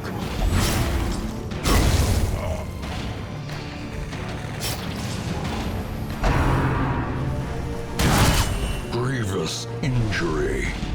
Palpable fear. There we go, there we go. Because, like, the thing is like, since, like, the reason all of these dungeons are so easy is we're going into level 3 dungeons with our characters level 4. And if we go into level 5 dungeons with our characters level 6, they still won't be easy, but they will be easier, and we have the ability to do that. And so the idea is get our teams up to 6, and once we get up to level 6, we can just kind of steamroll everything.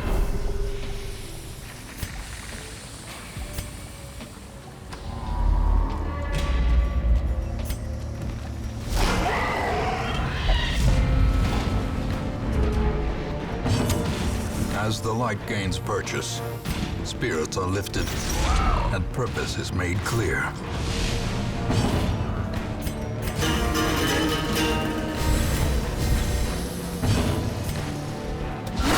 Precision and power. Perfect. We got that. What we don't need is more people getting random diseases out of nowhere, because literally every dungeon we have gone in today, we have left and someone has contracted some horrible illness. Okay, he can get a bleed. It'll be fine. Keep buffing.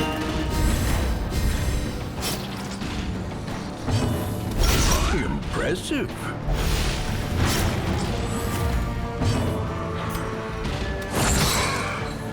Can you stun? There you go. Good. So this person's going to be dead. You can heal yourself up. The slow death. Unforeseen. Perfect. Unforgiving.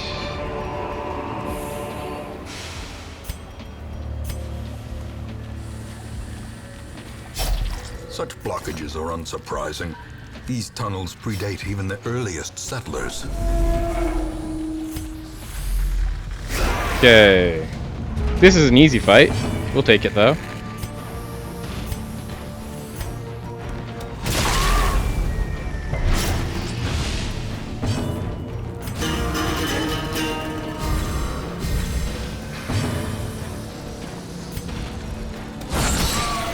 I'll take a crit. Take a crit. Unfortunate that it didn't, you know, also stun, but you know, beggars, choosers, and all The that. ground quakes. Good dodge. Good dodge.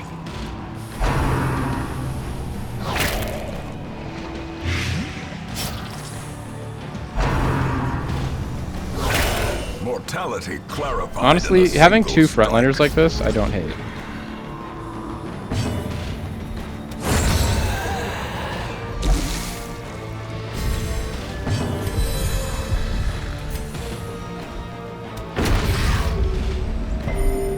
Big heal.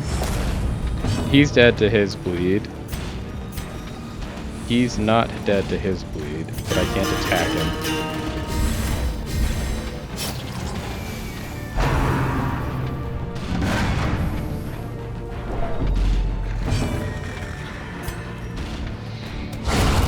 Perfect. Obliterated.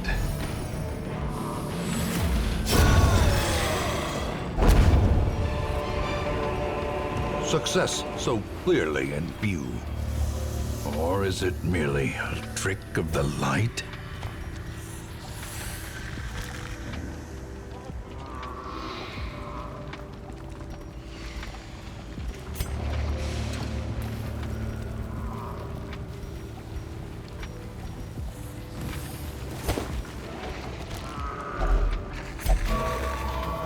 Deeply disturbed.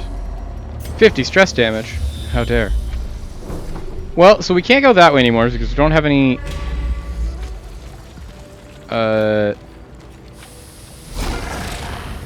way to work with that. Okay, so this is an annoying fight, but made less annoying by the fact that we have someone that can actually see all of these enemies.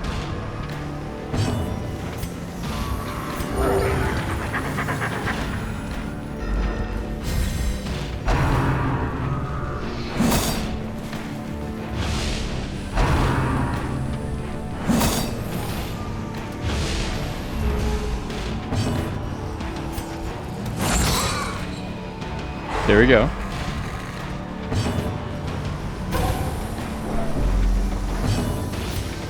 Start trying to heal this up a little bit because we know you just got that massive spike of stress for no reason. And now we have people that are coming out of stealth, so we can start doing damage. Perfect.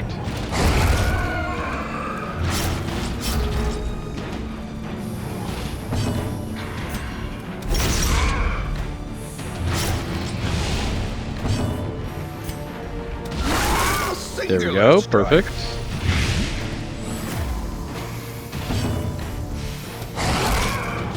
Okay, so now dead to dots, heal. Perfect. There we go.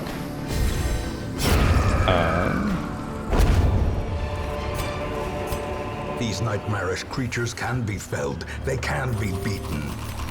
Just, you know, eat some food, heal some people, so we can pick up these portraits. There we go.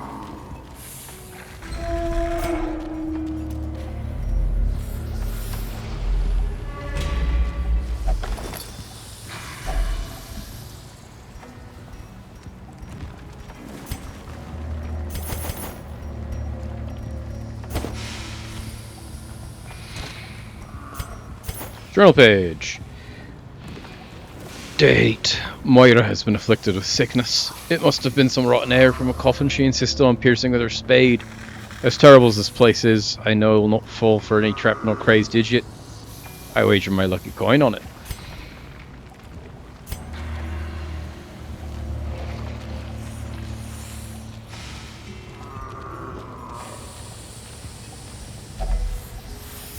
That do anything? No? Cool. Then we're good without dinner cart.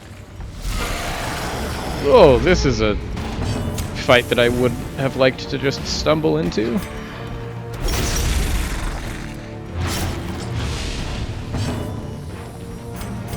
Get some battle ballad going. The blood quickens. Good dodge.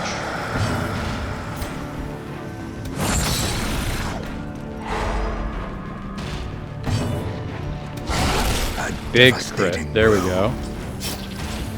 For a 50% bleed resist, 80% we've weakened its bleed resist, so it's actually better for us. Stun here. Good stun. Didn't stun. There we go.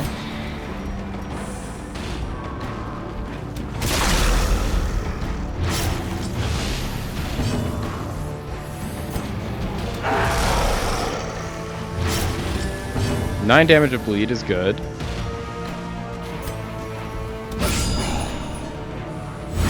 $10 damage per round of bleed. We are stacking a lot of bleed in each of these attacks, which is really nice. A victory. Perhaps the turning point.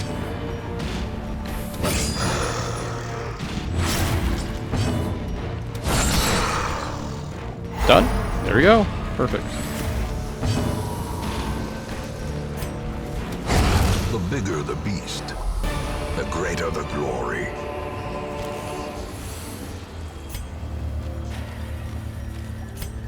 Okay, last fight of this dungeon, chat. It's a Crimson Court fight. Of course it is. A time to perform beyond one's limits. How much bleed can we invoke? The good news that we have for the fact that this is another Crimson Court fight is that every single person on this lineup, with the exception of one, already has the curse, so they can't get more cursed.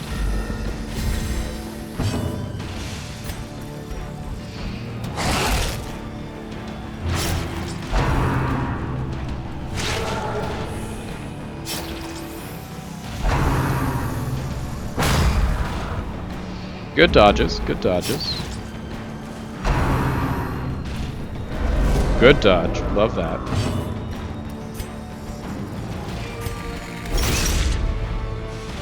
Okay, so this sycophant's dead to its bleed, that one's dead to its bleed.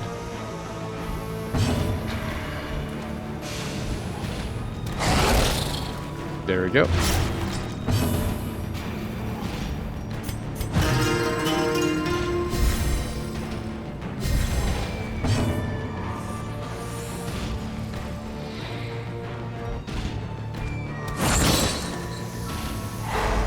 Good stun. Love that stun.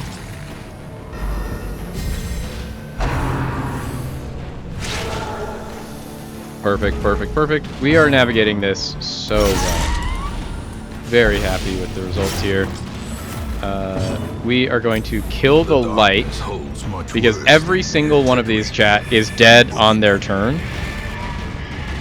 So we just need to buy turns and wait for them to all take a turn.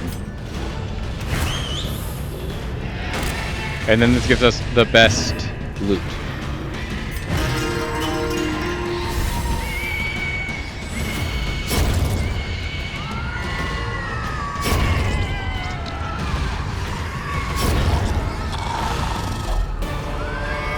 And we'll take all of these. As So, victories mount, we already have rubies, we so can take too those. will resistance. You can eat all this food. We can have you eat the blood. Take this gold. Take this portrait. Take this defender seal.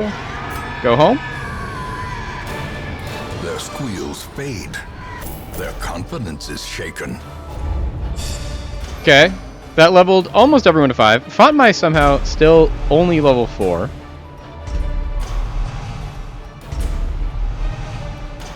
Manslayer, okay. But, like, see, we're seeing, like, stick to doing the things that we're good at, and we see good results. Before the crows and rats made it their domain.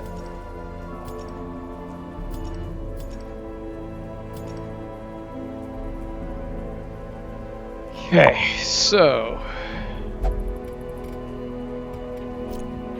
Is there one more short one that we can do today? We have another... Warrens that we can do that's veteran.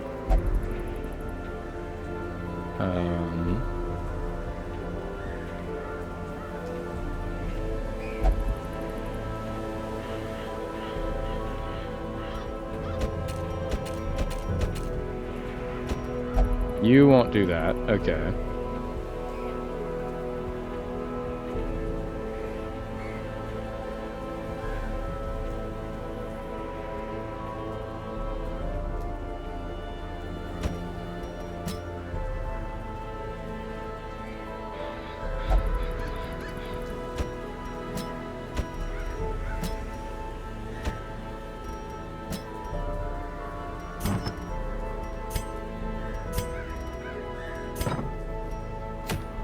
What about these? So this is a short 100% of room battles.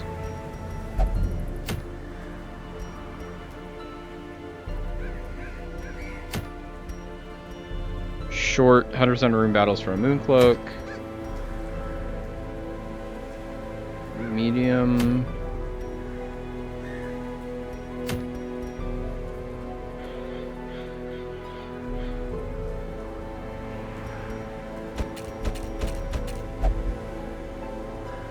Okay, what about this? What about if we do this, chat? Hear me out, hear me out. We're gonna go and do a champion dungeon. Once again, hear me out. But, we're gonna bring a whole bunch of level 6s. And a single level 5.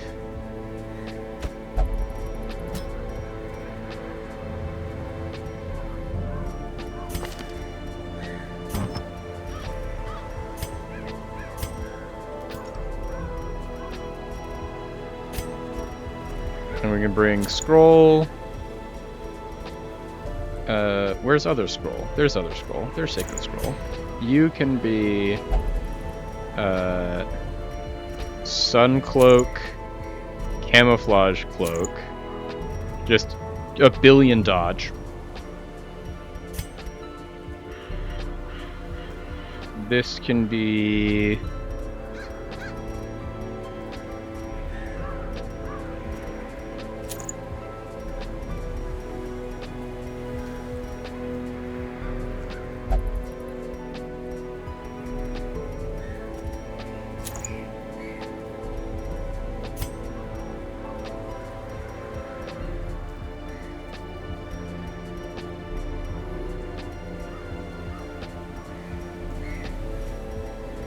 Berserk Charm.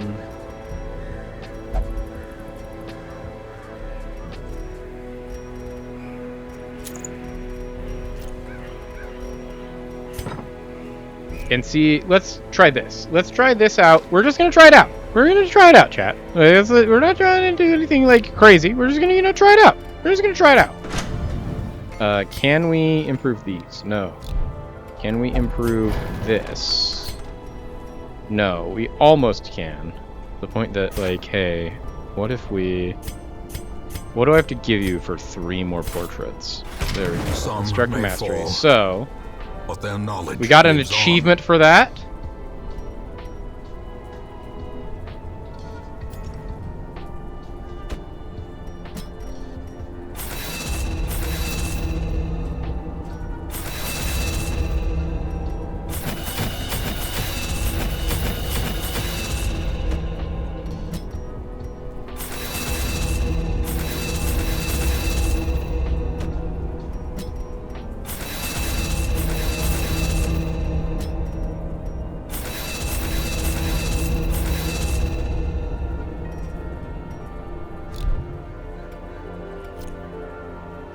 Okay, so now we have made it so that we have the strongest version of all of our abilities unlockable.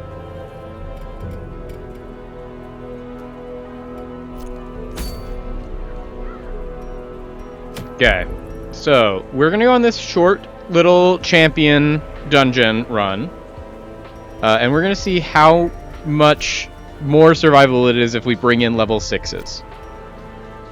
Is the main goal of this run. It's a short ruins. Ruins are generally easier. We've brought people that can actually hit all of the various things as well.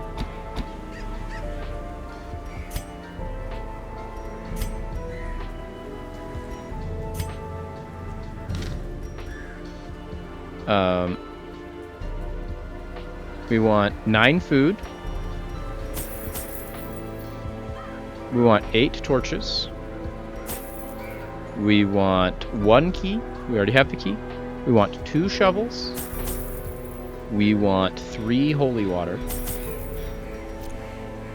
And we're gonna try this out. If we can't even do like short ruins runs, then like what are we to do? What better place to begin than the Truly, seat we of our are noble beyond line? saving.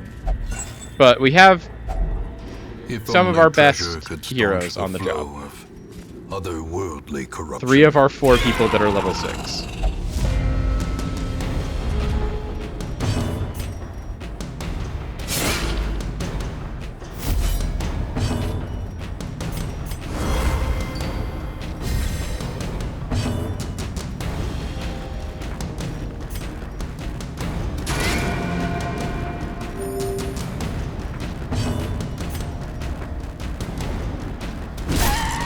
So we forgot to put on our 4th ability. That's on me. But we should be fine The enemy crumbles. for right now. For this fight. When we can fix it after this fight. Press this advantage. There we go, them Torment. no Torment quarter. is doing great damage.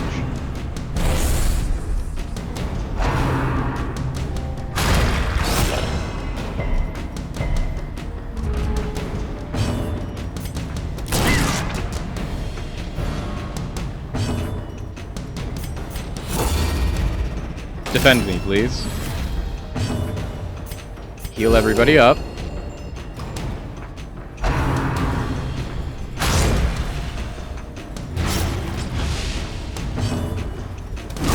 There we go. Formation is broken. Maintain the offensive.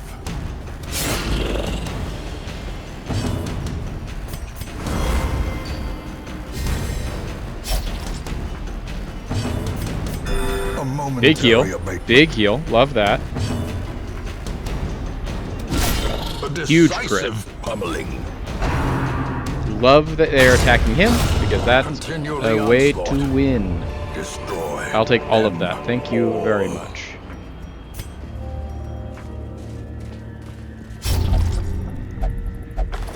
Pack contains loot. Finding We'll take the all that stuff loot. is only the Thank first you, thank you, test. thank you. Now it This must be journal carried page. home. We've already read that journal page, so we can get rid of this journal page. We don't need to take the journal page after this. The light, the promise of safety. Okay, so here's a room battle.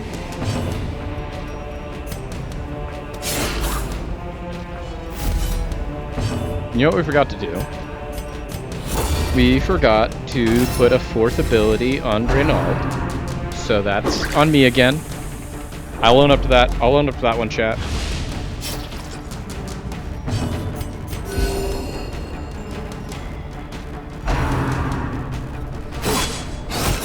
Nice, good.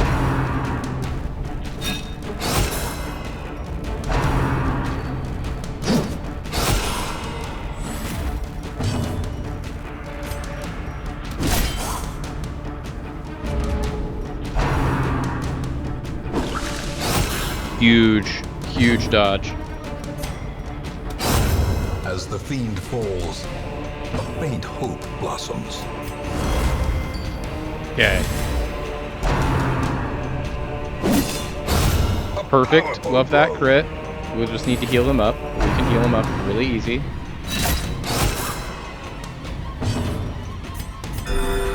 $15 is a good heal. 23 is a good heal. 23 is good damage. I would like to... There we go, nice dodge.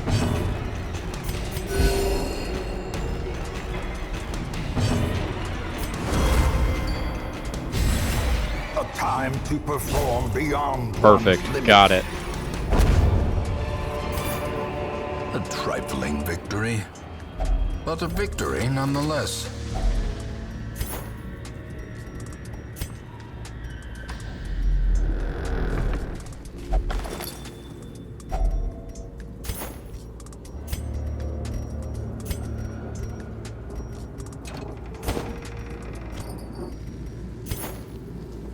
Okay, we've already got that Darius journal page.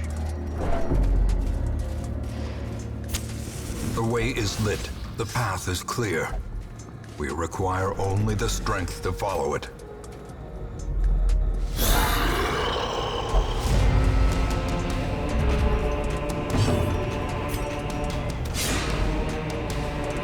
Okay, so let's get some riposte going.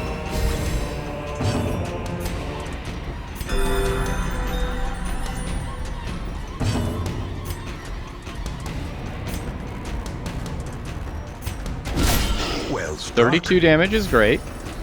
Once again, we forgot to put a fourth ability on him. I really just need to, like, put a post-it note on the screen. It's like right on the center. Put a fourth skill on Reynald. He hasn't needed it. He's been absolutely crushing it without one, but...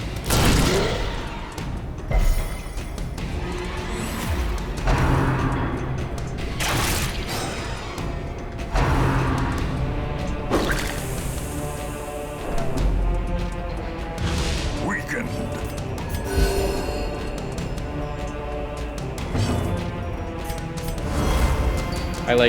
I like what we're doing here. It's like this is what going into the ruins is supposed to be like. It's like, oh yeah, this is just like a nice little walk in the park. Let's go do a ruins run, baby. Not like all of the other ruins runs we've attempted today that we've had to abandon because it felt like we were going to get absolutely demolished the second we stepped in.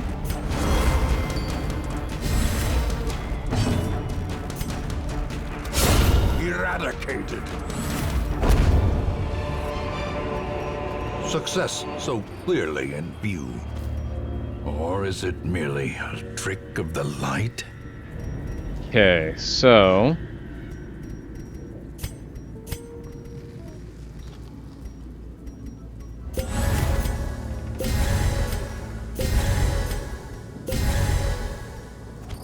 There's just so many good things here.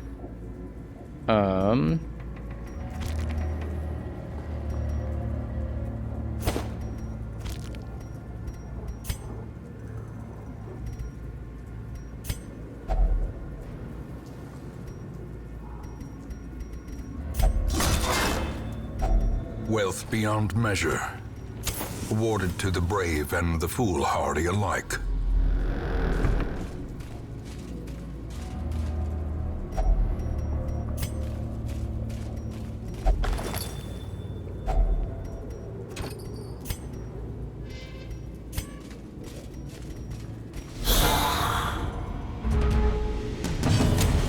As the light gains Yeah. focus, So even this spheres fight, are I think, lifted. looks way better if we knew that it was like the biggest problem was we didn't even know that this enemy existed.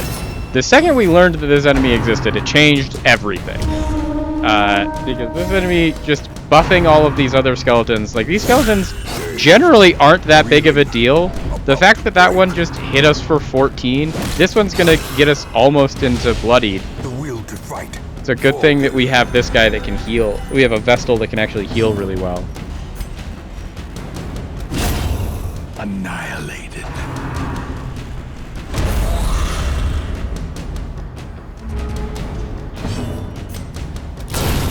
Decimated. Huge crit. Love that.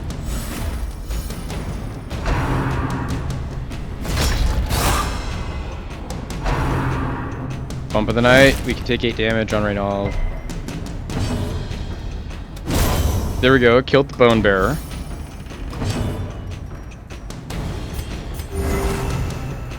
Can we heal everyone up, please? And thank you, Bo Sanket.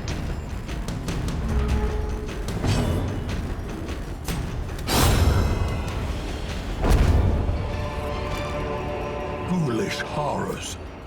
Brought low and driven into the mud.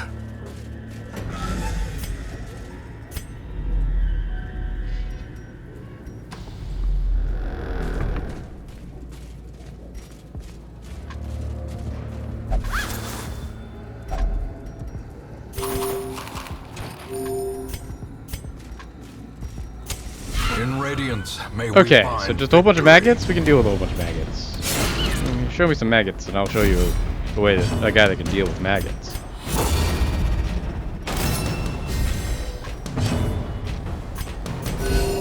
Compassion is a rarity in the fevered pitch of battle.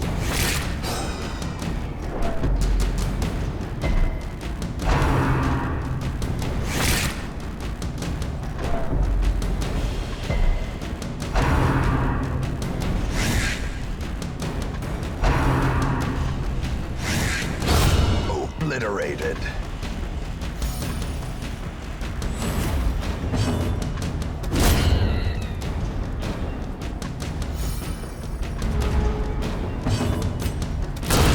Perfect. Okay.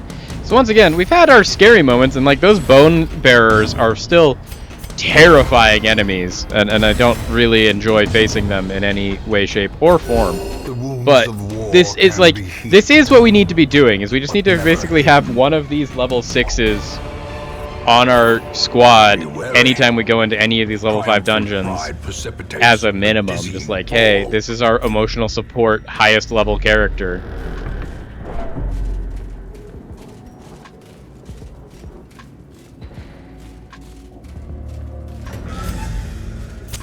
The match is struck. A blazing star is born. In fact, we were doing so well, I think we're going to take this extra fight. Just this one, though. We skipped the other one. Because we could potentially get this invitation.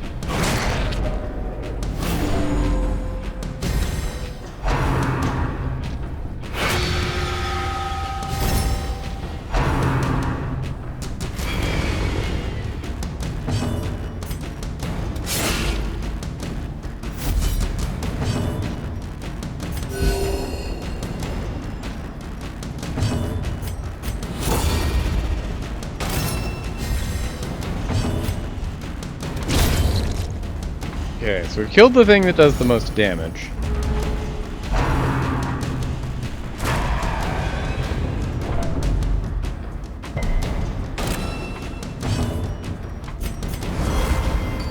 There we go.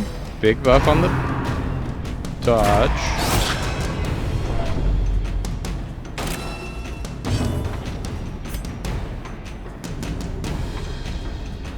And we get the stun. We do, perfect. So that means that we can actually hit you.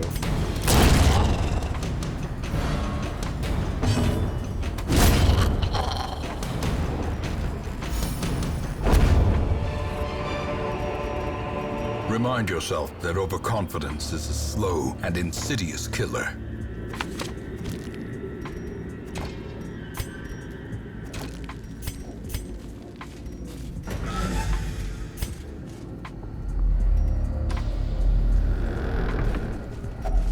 Even the cold. There we go, stone there we seems go. bent on preventing passage. I knew that there was a reason we held onto that shovel, chat, and it was for that exact moment.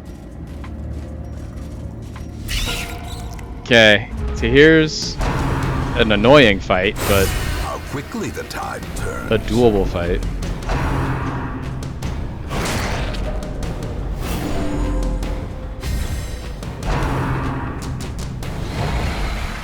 Good dodge.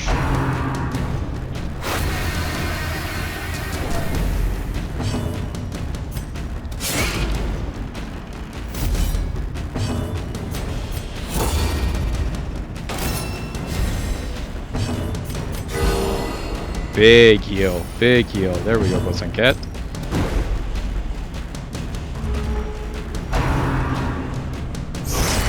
Grievous Nice crit. injury, palpable fear.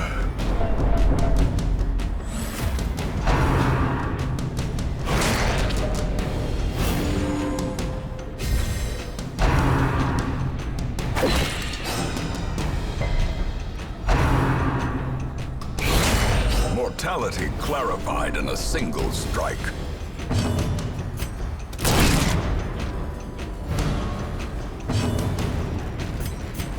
Okay, there we go. That's a good... We've made it through that Brilliant round. confluence of skill Bosun and Ket needs to keep purpose. healing everybody is the unfortunate part. We just have to constantly be Bosun Ket heals.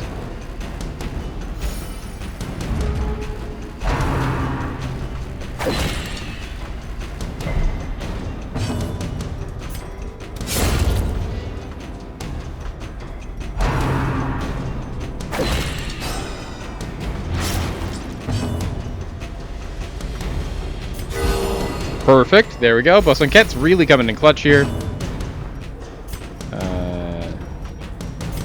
Just keep buffing our dodge.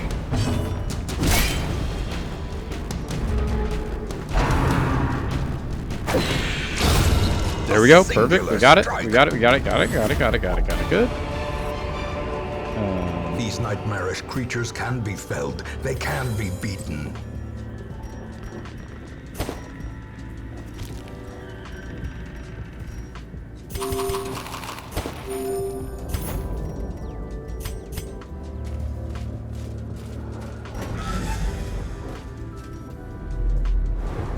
Okay, this wasn't a room battle, which is great because we needed actually another instance so we could put this other ability on. So now that we're going into literally the last hallway and room fight of the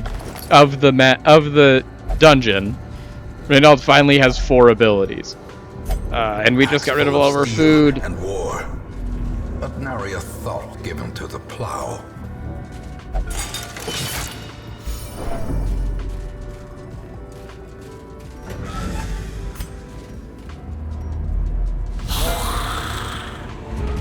Okay.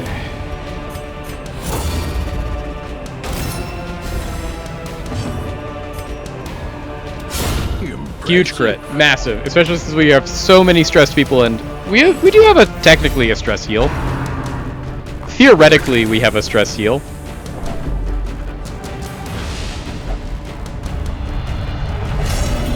Doesn't matter, Bosun Ket is abusive anyways. Frustration and fury, more destructive than 100 cannons.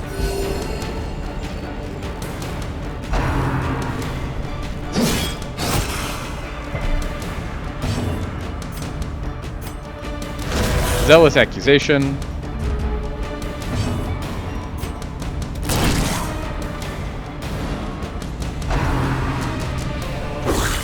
A dizzying blow to body and brain. Keep healing. Wounds of war can be healed, Perfect. but never hidden.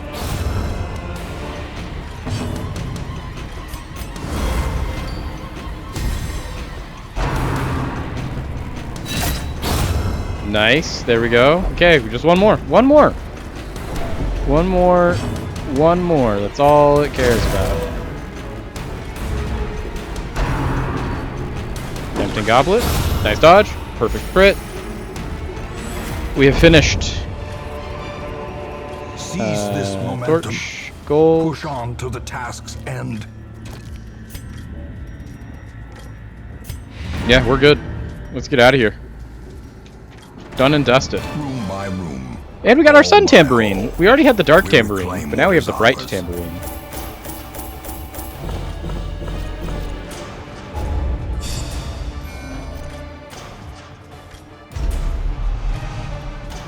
Precise Striker I like. Steady I like. The Red Plague I'm not a huge fan of. Tents are pitched. Banners fly. So if and we the go coach to the wagons circus stand and at play the ready. PvP, The then we get circus 10 has stress come off to of all of town. our heroes. But I think that's something that we'll work on next week, chat. I think this is going to be where we're stopping for now. We're going to cure the Red Plague. We're going to start getting Torment and Bosun Ket de-stressed. To boast. He's going to have to keep holding on to their stress. But I think that was a pretty good... We had some unfortunate deaths, I am aware, chat. And that is, you know, leaves something to be desired. But we have made some pretty good progress, I think, overall, all things considered. And I think we have a good plan going forward. At least, that's one of the big things that I think that I'm taking away as a major positive from today's stream, is we have a really good plan for what we're going to do going forward from here, which is we are going to be bringing level 6 heroes into lower level adventures to try and continue progressing and getting people up to level 6. So we just have more overall champions and level 6 to just kind of keep there, and then be a little bit more conscientious about what our end builds are and who we're going to need for what. But that's, I think, it for today, chat. For the last little bit here, let's go over to this one. Thank you all for watching once again. It's always a great pleasure to do this for you all. It's my pleasure as Sam to be entertaining you all here at the Jank Drawer. I hope you all had a good time. Tomorrow we will be back for our longer stream. We will be going from 2 until 8. We are going to be playing some Football Manager. We're going to be doing a major off-season. It's one of the more important off-seasons. We were able to stay in Serie B. This is hopefully going to not only keep us in Serie B, but we're going to keep going from strength to strength in Serie B, and hopefully push for either a top table finish, or not top table finish, a top half finish, or even a promotion finish would be really, really great. And I'm really excited about it. I think it's going to be a lot of fun, and I hope that you all guys will be able to be around and we'll have a fun time there too. It might be the last week of this exact schedule. I have some ideas of some other things that I want to start working into the schedule and how we're going to do it. But a lot of that's going to come down to looking at our analytics and going over it as a team and figuring out what we're seeing our best growth in, what we're not seeing our best growth in, and how we should continue moving forward. Because we are still very much in the course of doing things, in that we need to find what our niche is and continue growing into it. But I have a lot of things that I think we're going to stick around, and if there are changes, they won't happen until next month, and there won't be maybe too many of them. But thank you once again for all of that. I've been Sam. It has been my absolute pleasure and delight to host you all today. I hope you have a great time. Let's see if there's anyone for us to raid.